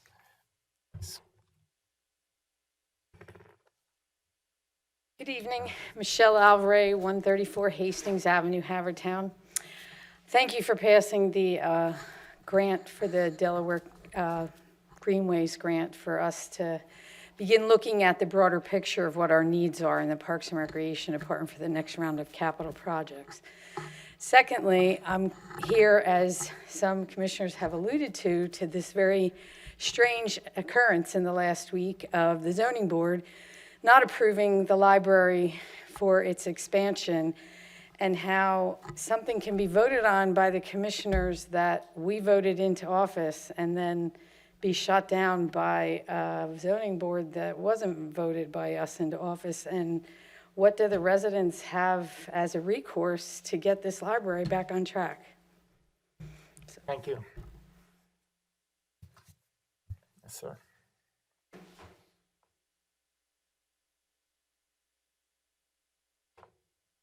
Yeah, sure. Okay, thank you. Good evening. Haverford Township Commissioners you and Township officials. Just give your name and address. I'm sorry. It's okay. J. Field, 144 Fawn Lane, President of Haverford Township Little League. We want to thank you all for your continued support of our Little League this past season. We want to especially thank Brian Barrett, Eileen Matola, and Jason O'Brien for all their assistance with all of our needs. New benches and protective fencing were additions provided by the township this year. A brand new announcer's deck, which was totally funded by our HTLL board, were some of the upgrades that were completed for the 2021 season. I might add that these additions enhanced our already top-notch baseball field in Haverford Township. During the summer, we hosted District 19 games along with sectionals for the intermediate division. Many of our opponents' coaches and parents commented on the quality and condition of our field and how beautifully it was maintained. We were also featured in the summer article from the Inquirer about the need of youth sports and the need to get back to playing sports post-COVID. For the 2021 season, we had an all-time record registration for our regular season and tournament teams. As mentioned previously, we hosted our first ever Little League District 19's sectionals tournament, greatly enhancing our ability to play tournament games at our site for the future and bringing more visibility to Haverford Township. Our one blemish was that our temporary lights were not bright enough to provide adequate lighting for the safety of our kids. An important tournament game was halted due to the lack of visibility. I might add that we are the only league in the District 19 that does not have permanent lights, and therefore very few tournament games are offered for this reason. As our numbers continue to grow, we are faced with a good problem. Finding the field space for games and practice becomes more challenging for our league to allow for everyone who wants to play in our baseball league. We do not want to turn kids away who want to play baseball. The parents have been thoroughly pleased that we have continued to offer a strong program through the heart of COVID. As we practice safe measures, we were able to provide an outlet for families to safely get out of the house and get some athletic activity and watch their kids play baseball. We are actively planning for HTLL 2022 season with the anticipated increase of our numbers of kids. We are maxed out on field space usage, and the temporary lights have given us the flexibility to have more practices and games, and quite frankly, saved us from having to turn kids away from our league this past season. We know field space is a premium in Haverford Township. We were told last fall that we had the support of the Township Parks and Recreation Board, and in the early spring of this year, that the commissioners were in favor for permanent lights at our field.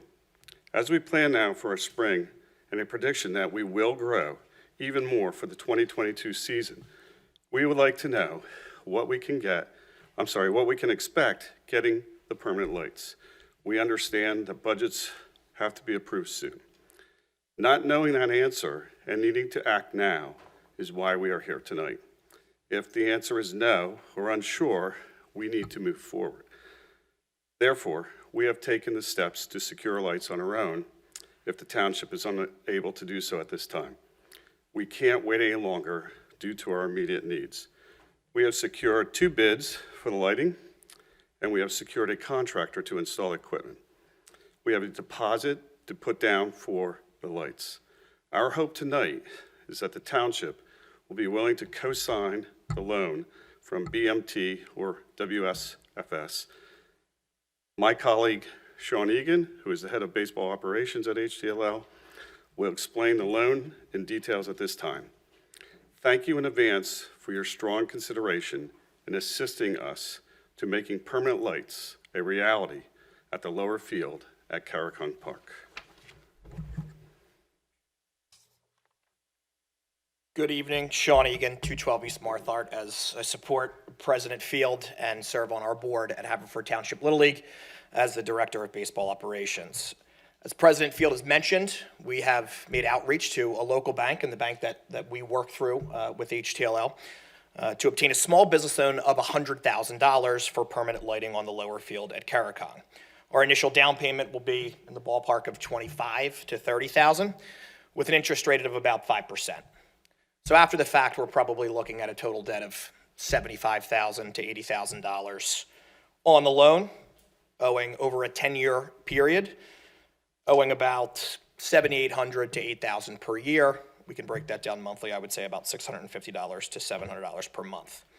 The one big ask as I've continued to work with Wisfis Bank, Bryn Mawr Trust, is the backing of the township. Since these permanent lightings are going to go onto township property, and we are a non-for-profit organization, they are asking for support of the township to at least, if not co-sign the loan, providing a written statement from this board stating should Haverford Township Little League fold, which I can assure you should not happen and will not happen as we're thriving and our numbers continue to grow, that the township would pay the remainder of that loan should it still exist.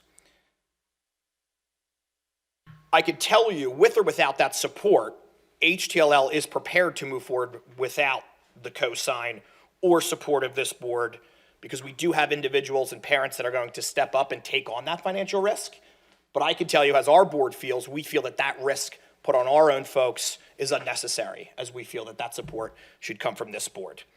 So again, our ask tonight is that we either agree or take a task aside that we can work with our commissioner, who's Commissioner Holmes in our ward at HTLL down on Caracong Drive, or that we agree to some written statement that this board will support a co-signing and or possible need of payment should HTLL fold. So thanks again for your time. Really appreciate it, all that you've done, and especially to Brian Barrett and the Parks Board. Hopeful that you can make a quick and easy decision. A lot of complex issues tonight, but this is a good one, right? So we can give back to the children of HTLL and the township that are all within all your wards. So thanks again.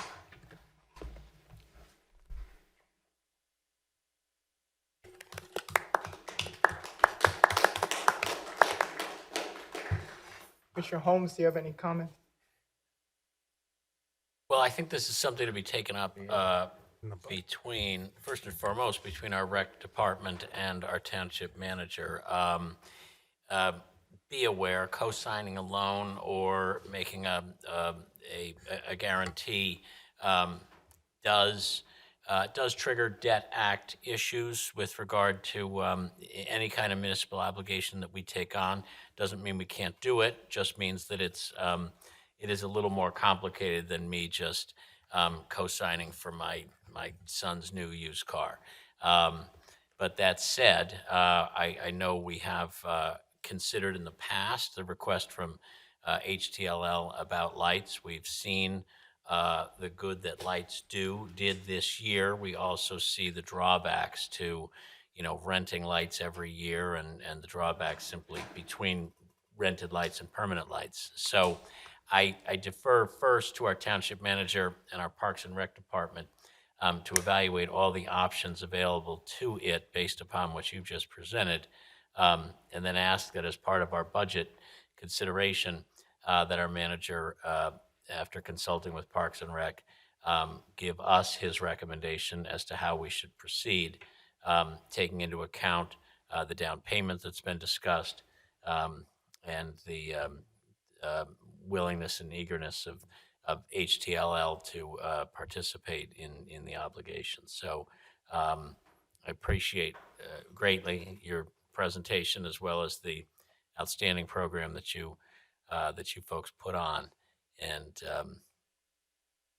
I will and I'm sure that the township manager and Parks and Rec department will be back in touch with you. I need you to come up to the microphone. Should have asked this when I was if the board refuses to sign the loan and we end up paying for the entire lights, our question is, are those lights the Little Leagues, or are they the townships? So refuse is such a strong word on such a happy night. And you're asking a question that probably goes beyond a simple answer. Lights can become fixtures, if you install a built-in swimming pool at a house you're renting, the landlord gets to keep it. I just want that question to be brought up so that when you discuss Mr. Berman and Brian and the rest of the commissioners. It is a fair point, and certainly one that would go toward kind of the equities in considering, what should be what is the best resolution for the township and for the HTLL. And you raise a point. You need these, and if you put them on, they're not things you can take elsewhere, and that certainly has a benefit to the township that may extend beyond your own presidency or certain folks involved. So that will certainly be a factor in that discussion. So I wasn't sure if one of your questions was also going to be about timing. I don't think you needed an answer tonight. If your bank is telling you it wants to know in a week, I can just tell you there's no scenario where the township could co-sign this loan right now because of the requirements of reporting things to the Department of Community and Economic Development in Harrisburg, and the things that are associated with any incurrence of debt at the township level. Again, doesn't mean there aren't myriad solutions to this request, but for the very specific request of, can the township commit in short order to guaranteeing your loan? That is a more complicated ask than perhaps you folks were aware when you made it. No, we understand, and our goal is honestly, we've been told by the bidder of the lights that if we were able to give them an answer by January 1, we could get the lights installed for the start of the 2022 season. I see no problem with us figuring out in this budget season a good resolution of this request, and that sounds very reasonable. Thank you all for your time. Kudos on a proactive and innovative solution, though, too. Nice job. I agree. Item number, oh, go ahead. Ross Anderson, 220 Haverford Road, and I do want to ask, man, how can I donate? Please do. I am interested because I have Putting together a campaign after the fact, right? Since we are going to be paying for the loan ourselves, there'll certainly be a campaign and outreach. Okay. I don't have two. I don't. My children are not in the Hilltop, but they are in Brookline. I can say that it's benefited them greatly to have those leagues here and to benefit them. So obviously encourage or do whatever I can to help out here. Encourage the leagues. I did also want to ask though too, if we could have an explanation as to what exactly happened last week at the zoning board, how that means for the plans going forward and how it affects our what we're going to do with the library, and what our alternatives are, and also to have any insight from the board. I know two of the members didn't say, that voted no, didn't provide anything, but one did, or if anybody has any other insight, that'd be great. Also too, I was participating in the comprehensive plan discussions, and those are good. I appreciate everything that Kelly did with putting those on. But one thing I was thinking about is that we make sure that this plan accounts for potential technology changes. Like things like one good example I think is like driverless cars. Like they're almost pretty much already here. They are, I can actually buy one that with the capabilities for it, not enabled yet, but that is coming very, very soon. So something like that to keep in mind when looking out for future plans. I also thought too, it'd be a good exercise for people to do.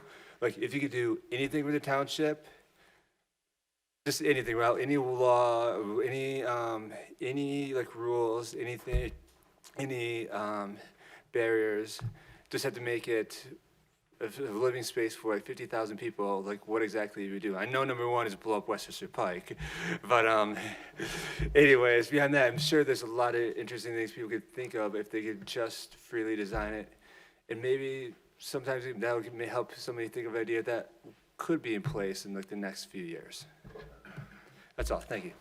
Just in regard to the library, there's a new business item coming up, and in regard to the comprehensive plan, there is a steering committee that has been meeting. That's going to take the input from the last two public meetings. Eventually, they will come up with a proposal that will go to the planning commission, so there'll be time for more public comment early next year. Peter. Peter Pugliese, 654 Lawson Avenue. No, it's been a long night, but I wanted to highlight for everyone here and maybe everyone watching the two programs that are available for, number one, homeowners who are interested in a simple way of installing solar power. The Solarized Delco program provides information and support from volunteers and access to a discount contract for homeowners. That's number one. If you're interested, solarizeddelco.org is the website. The Clean Energy Co-op is another organization that just started a Southeast Pennsylvania chapter. And they are looking for their first solar investment for a nonprofit entity, or I guess, Chief Viola, we started discussions with Brookline Fire Company, and really any of the fire companies would be great candidates for solar. And basically, it's fueled by ethical investors who take a nominal return and basically put the money out for the solar installation. And like was recently done for the Lutheran Church, after a certain number of years of recouping that investment, the system is actually turned over to the organization, which will then subsequently essentially receive free power. So it's a very good deal for interested organizations that have the right roof, the right sunshine. And so if any of the fire companies want to discuss it, we'd be happy to talk. If you know of any organizations that fit those criteria that might be interested, the Southeast chapter is eagerly looking for its first installation. I think the Pennsylvania organization has done 4, mostly in northeastern Pennsylvania. So think about it. I'd be happy to chat with you about how to do it. Thanks. Great. Thank you. Thanks. Jerry.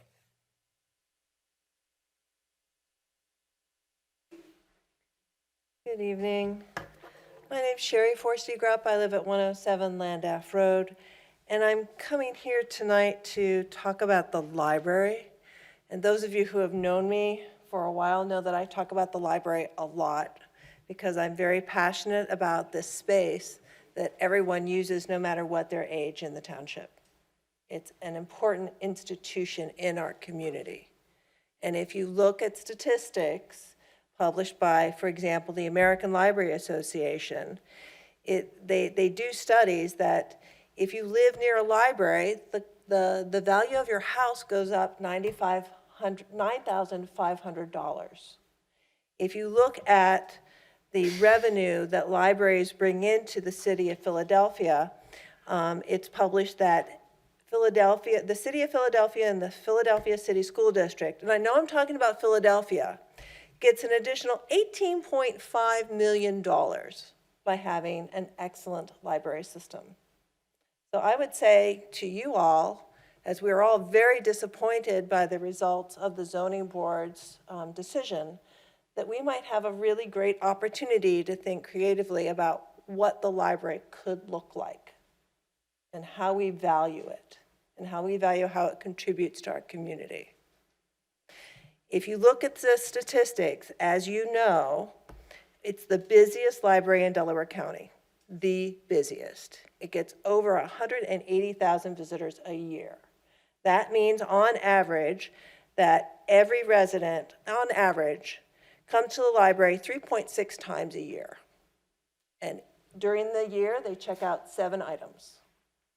The library is the central place for everyone.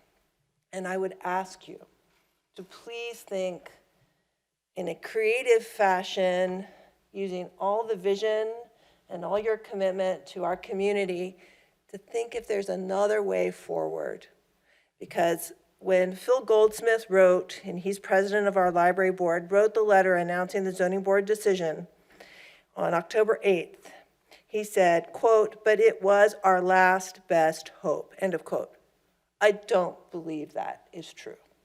I don't. I think we can do better. And I ask you to think about it and to talk about it. So thank you for your time.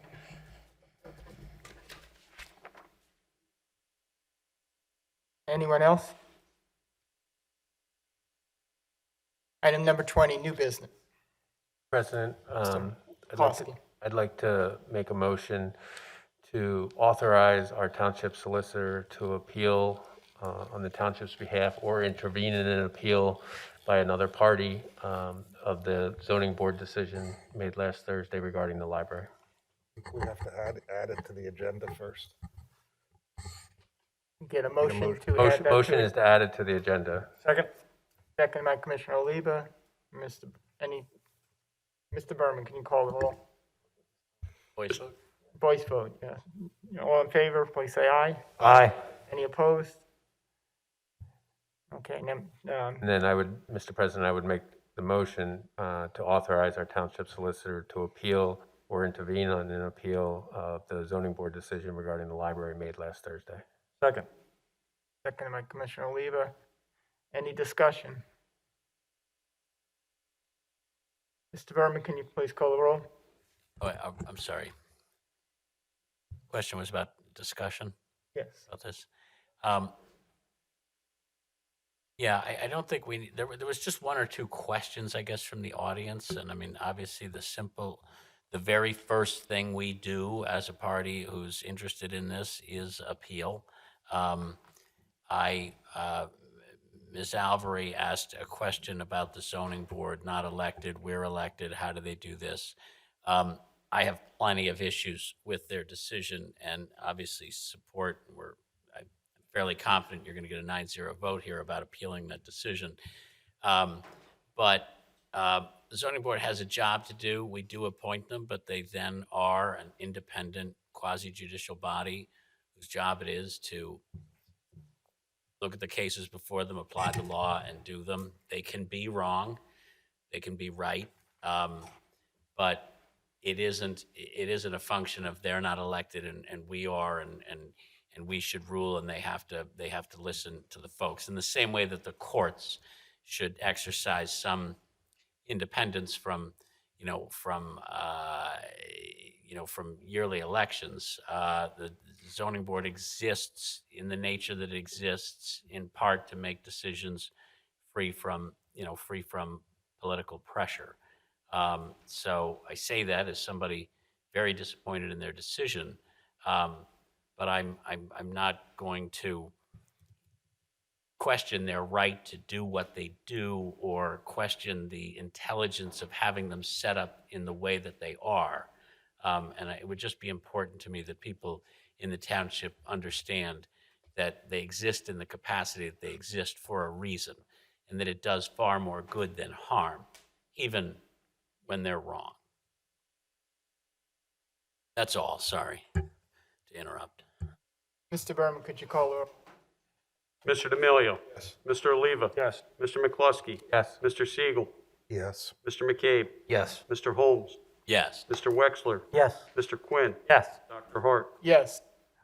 One other item of new business from the Shade Tree Commission. There's a tree giveaway. This November 6th, the Haverford Township Shade Tree Commission will be distributing 40 oak trees to Lucky Township residents. Trees will be easily transported in 5-gallon containers and will be 4 to 6 feet tall. Residents will be chosen by lottery. You must be a Haverford resident to enter. Only one person per household may enter the lottery. 40 lucky winners will be randomly drawn from all the entry forms.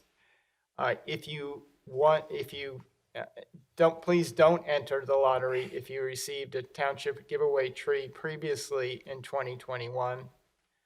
Winners will be selected by October 29th, which means the applications must be in by October 28th.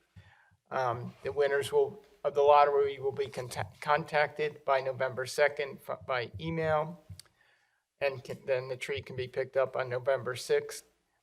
You can email the Shade Tree Commission at shadetree@haverfordtownship.org for your application or more information. There also is information about this on the township website. There's no other I have new business. I would like to make a motion to add to the agenda a motion that this board authorize the township and the library to move forward with planning of the construction of a new library at the site of the former Brookline School. So I'm first making a motion to add that to the agenda. Is there a second? Second. I didn't hear who was second. Second by Commissioner Wexler. I mean, I respect Commissioner Siegel's passion on this issue, and I'm as frustrated as anybody regarding the zoning board decision, but I think as I made reference to earlier, there's been a lot of work that went into getting to the point where we were with the renovation of the library. At this point, we haven't even gotten an explanation from the zoning board or written findings of facts and explanation for the opinion that was made by the 3 members of the board.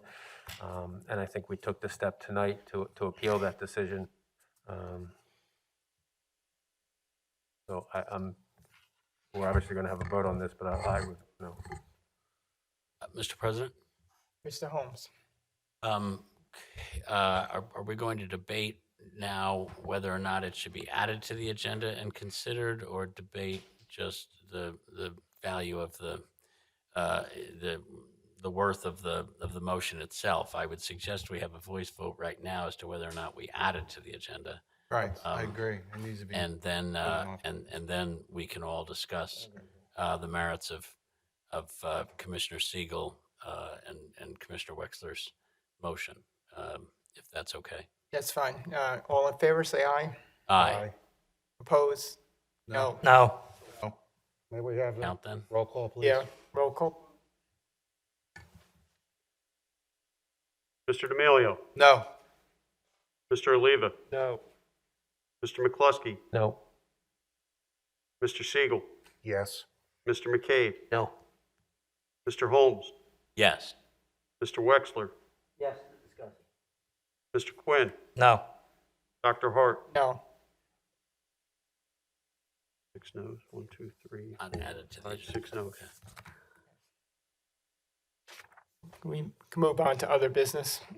Commissioner D'Amelio? Thank you, Mr. President. Again, the leaf season starts November 1st, wards 1, 2, 3, and 4. Regarding the comprehensive plan, on September 22nd and the 27th, over 100 members of the community attended an in-person and virtual interactive workshop hosted by the Comprehensive Plan Steering Committee. These workshops engaged conversation with committee members and the public about various topics in the future of Haverford Township. The committees will review the recommendations and issues addressed at the workshops and identify areas of focus as we continue to develop the new comprehensive plan. The first draft of the plans is expected to be completed in January and will be available on the township website. A series of public meetings to review the draft plan will be announced once the plan is available. Also, I want to thank the Westgate Hills Civic Association for their event on Saturday there in Westgate Park. I want to thank Brian and your staff as well for assisting with that, the new memorial that they're trying to build there, which will be bricks. I forget what they're calling it. Do you remember? Memorial Garden. Yeah, I think it changed. The Heart of Westgate. I think they're calling it the Heart of Westgate. So if you want to get more information about that, please go on their website and hopefully you'll find some information about that. And that's all I have. Commissioner Oliva? Yeah, I'd like to thank everyone who had anything to do with Haverford Township Day. What a great day it was. You know, the police. I know, you know, Brian starts planning this thing, you know, 6 months ahead of time, and Public Works and just everybody who, our staff who works tirelessly on this. What a great event. What a great time. Went off without a hitch, no issues. Just great job, guys. And that's all I have. Thank you. Commissioner McCloskey? Briefly, just want to commend the Oakland Fire Department on another successful open house that they had on October 7th. The neighborhood certainly appreciates the opportunity. Excuse me. Just to reiterate, I said I was commending the Oakland Fire Department on another successful open house that they had on October 7th. The community certainly appreciates all they do and the opportunity to visit. And then just to reiterate, I'm immensely disappointed in the decision of the zoning board last week regarding the library. As I said, we're still waiting to find out more information. But you know, I think we a lot of effort went into getting to this point, certainly well before I was even on the board 6 years ago. And this is another speed bump in the path. But I just wanted to assure the community that I'm going to do everything I can to get a renovated library. So that's all I have. Thanks. Thank you. Commissioner Siegel. Thank you. I'm going to first talk about the library. I've sat on this board for 13 years. In that time, this board has not moved forward in a final state to renovate or replace our library. I've said this before, that libraries are a central part of our community. And yes, I disagree with the zoning board's decision, but our vote tonight to appeal it kicks the can down the road yet again and again and again. We held public meetings many times about the future of the library, and one in particular struck me, and it was interesting because of the juxtaposition of the discussion tonight. A gentleman got up and he said, this township does everything it can to assist and make sure that its residents are able to exercise their bodies. We have an exceptional park system. We continue to do everything we can to make sure that we provide all of those services. But he pointed out that the role of a library is to exercise the mind, because our minds will be much more important as we age, and that libraries are the heartbeat of a community. I had a bucket list when I became a commissioner, and there were many things on them. Some I thought would never happen. Renovating the Blue Route interchange. Never in my life could I have imagined that we would have that project, and yet the library, yet again, nothing has happened. This township has one library for roughly 50,000 residents. Lower Merion has one for every public school, elementary school. I grew up in Cheltenham.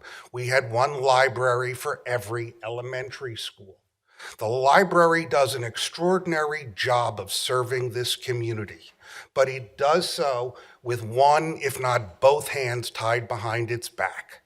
We do not recognize and give this library the importance it not only should have, but it deserves. We need to move forward. I'm not going to be on this board when the library issues get resolved. And if we intend to use the appeal process, that's going to take longer and longer.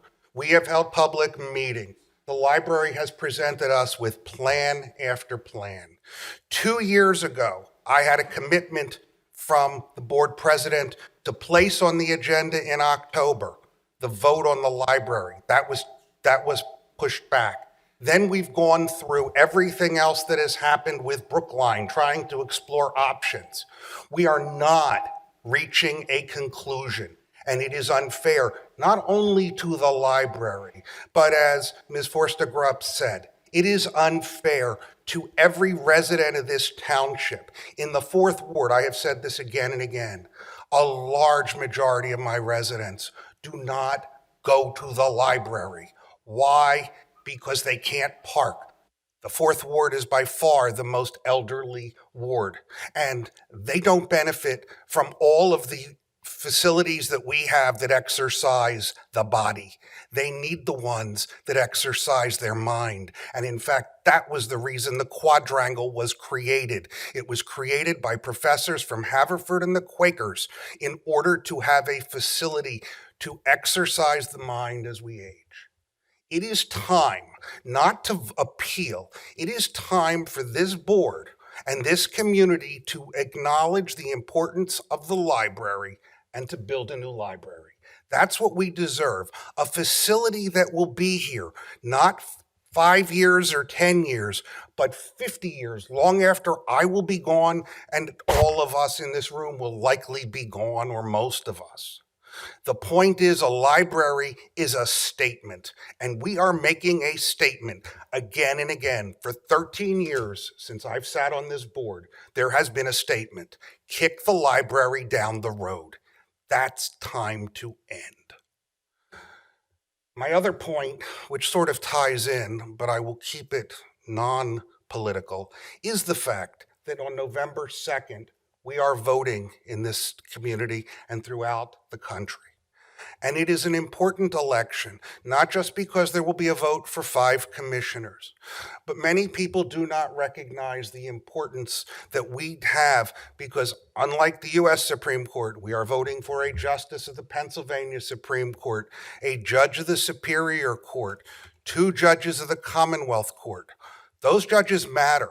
The Commonwealth Court decides all the issues relating to the people and government, including issues relating to zoning that could come up on appeal. Superior Court decides criminal issues, and then we have the court in media, which at this point will be deciding potentially the fate of the library appeal. Those judges matter, and it is important that we vote for qualified people for judges, not based on a party, but who is qualified and who is competent and capable of performing the best job. I've never voted a straight party ticket in my life when it comes to judges, because judges you want to vote for quality, intellect, and fairness. But we're also voting here for magisterial district justices. We are voting for commissioners. We are voting for the township auditor, the school board. So please, this is an important right that we have to vote. Look at the list of candidates. The sample ballot is 4 pages in Haverford. There are a lot of people up for election. Please do your homework. And if you don't know, ask other people about who they know, because many of us and many in the community know a lot of these candidates. And please exercise your right to vote, because your vote on November 2nd may well be the vote for the judge who decides what happens to the library, hopefully not 13 years further down the road. Thank you.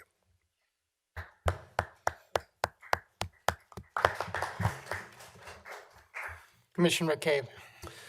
Thank you, Mr. President, and a good segue, I think, from Commissioner Siegel. Unless there are unforeseen circumstances, this may be my last full meeting serving as a Haverford Township Commissioner. I was asked to fill the very large shoes of Andy Lewis, and had the opportunity to serve over the last several months, and that became very clear just how special he was. Everyone has an Andy story. Everyone can tell me about a time where he did something for them or listened, spent time listening. You know, he was smart, kind, generous, a true public servant and a true gentleman, and it's the Fifth Ward's loss. I would like to take a minute just to say thank you to some folks who really helped ramp me up, I think, pretty quickly. So I wanted to thank to Dan Marianne and Public Works for all the work that they did with stormwater and the result of storms. I appreciate you listening and coming out as quickly as you did. I want to thank Chief Viola, Deputy Chief Hagan, and Sergeant Long. You know, we were surrounded in the Fifth Ward by road closures and just inundated with traffic off of Darby and Landover and Coopertown. I appreciate you taking the time to come out and meet with residents and talk about and listen to their issues. I want to thank Joselia, Brian Barrett, Kelly Kirk for ramping me up to speed quickly on codes and parks and zoning. Dave Berman for taking on my numerous calls and giving me guidance.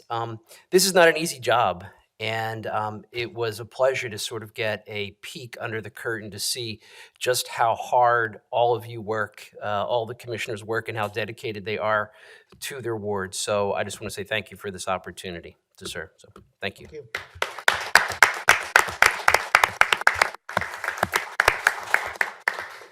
Commissioner Holmes. Thank you, Mr. President. I want to remind everybody in the township that anytime between now and November 12th, if you have not, please go on the township website and review all the boards and commissions and openings that we have for positions on the boards and commissions that help this township accomplish some of the things that they do. That includes every year there's an opening on the zoning board. There are openings on the Human Relations Commission. There are openings on the library board, openings on the Shade Tree Commission. Parks and Rec, and all the other boards and commissions that do so much to help us as a board and to help all the citizens of the township. And the people that we have serving with us and for us are extraordinarily accomplished. And each year we draw, it seems, an even more credentialed and eager group of potential applicants. And it makes us feel, it makes our job very difficult as commissioners to try to choose among them. But the fact is that we just enjoy a real embarrassment of riches with those applicants, and I beg more and more of you to please apply and consider applying your time. I'm going to embarrass one of those such volunteers who does extraordinary work for us on the Human Relations Commission, and just call out Kathy Dawson, who's recently accepted yet another volunteer position with the Community Action Agency of Delaware County, serving on 2 auxiliary boards devoted to shelters and affordable housing. That is just one example, but an extraordinary example of the caliber of volunteer assistance that we get here in this township. So thank you all for that. Dan mentioned that there is an election 3 weeks from today. Many of you in the audience are veterans of these meetings, have seen what we do, which means you see just how many decisions we make that affect so much of your lives. And I say that not to brag, but to tell you all to take local elections seriously and to demand of your candidates or your incumbents the seriousness and the gravity and the thoughtfulness that you want to go into this decision making, because 95% of what matters to your life is decided either in this room or very small rooms like it in municipalities all across the country. So there is nothing more important than participating in your local elections as well as national elections. I'll not take this time to stump for myself, but I just will remind that 2 of us are running as incumbents, Dr. Hart and myself, and there are 3 open seats that will be under consideration in 3 weeks. So there is an opportunity for significant new perspectives and significant change in the board going forward. So take that very seriously, and please exercise your duty to vote on the 2nd. I will save till December my goodbyes, or at least my farewells, for my friends Mario and Dan. But tonight I have to say farewell to my dear friend Bernie, who I was very, very honored to get the chance to work for these months with. It was a pleasure. I have to say, one of the most rewarding votes I cast, and took some kind of edge off the difficulty and sadness of the surroundings, was the chance that I had to work with you. It was a privilege, and I will miss sitting next to you. That is all I have, Mr. President. Commissioner Wexler. I agree. Bernie, you keep referring to Andy's big shoes, but I think you filled them more than adequately. I think you've updated his legacy has continued on. I think you were very admirable. You've jumped into every item here. You just jumped in quickly. You came up to speed quickly, and you've been a credit to all the residents of the 5th Ward. They're lucky to have had you, and I hope they're as lucky with your replacement. So thank you very much, and for the pleasure of working with you as well. I'd also like to just remind our residents that on the Saturday the 23rd, we have a shredding event out here in the parking lot from 8 to 11 or until the truck is full. So please, if you have any shredding, get rid of those identity things. Don't put them in the trash. Bring them over here. We'll shred them for you. And then I'd also like to call for volunteers for the Hilltop Civic Association. Again, they're low on volunteers for all the events that they carry on. So please, if you have time, please join them, join their board, or join any volunteer position for their events. And Dan, thank you for your passion about the library. disappointed that the zoning board overturned that, but, and I agree that an appeal process could go on for months. I'm one of the three people, I think, that originally wanted to put the library in this facility on the third floor, then also voted to put it at Brookline. And I will work again to find a first-class township such as us with 50,000 people deserves a first-class library. So whatever we need to do, we need to do it for the next 50 to 100 years. So, but thank you for your passion as well. That's all I have, Mr. President. Thank you. Commissioner Quinn. I too would like to thank you, Bernie. You've filled some big shoes, and I agree with what everybody else said. You jumped right in, and I'm proud to call you a friend. So thank you for everything. And also I'd like to thank everybody who came out this past weekend to the Billy League ALS event. They had their best year yet. So thank you to everybody with that. And Township Day was, as everybody knows, that's my favorite day of the year. And I had lots of fun that day. So that was a great day. And October 18th is the last day to sign up to vote. And as everybody says, local elections mean the most. And when I was 18, I thought that if I was going to sign up to vote, I was going to come here and watch every board meeting. And long before any of us were on this board, I used to come to these meetings. And well, this is where all of the issues are decided, as Larry said, that impact all of us. So when you go to vote, don't just vote straight or lines. Just look and see who you're going to vote for. Look into what they've done for the community, for the town, and what they plan to do for the town. So everybody get out to vote, because these are the most important elections. So thank you. Thank you. It's been a long night. I'll make this brief. A couple of housekeeping things. There's no work session in November. Our next regular meeting is Monday, November 8th. Our preliminary budget meeting will be Monday, November 15th. I'm going to add my thanks to Commissioner McCabe. It's been a pleasure working with you. You didn't need to fill Andy's shoes. You brought yourself, and it's been wonderful having you on the board. I also want to second Commissioner McCloskey's thoughts. It's very disappointing that we were only able to add 3 properties to the historical resources survey. I do think we need to look at the ordinance to see if there's things that we can do to encourage people or to outreach to increase this. I'm going to respectfully disagree with Commissioner Siegel. I've been on the board 4 years. January, when I started, we had a meeting with the school district in which we found out that the Brookline school might be available. For 4 years, the Brook Library has been an active issue on my agenda, and I think on this whole board's agenda. We ultimately committed $16 million for a renovation and expansion. Expansion that was, we worked closely with the library that Mr. Goldsmith heartily endorsed.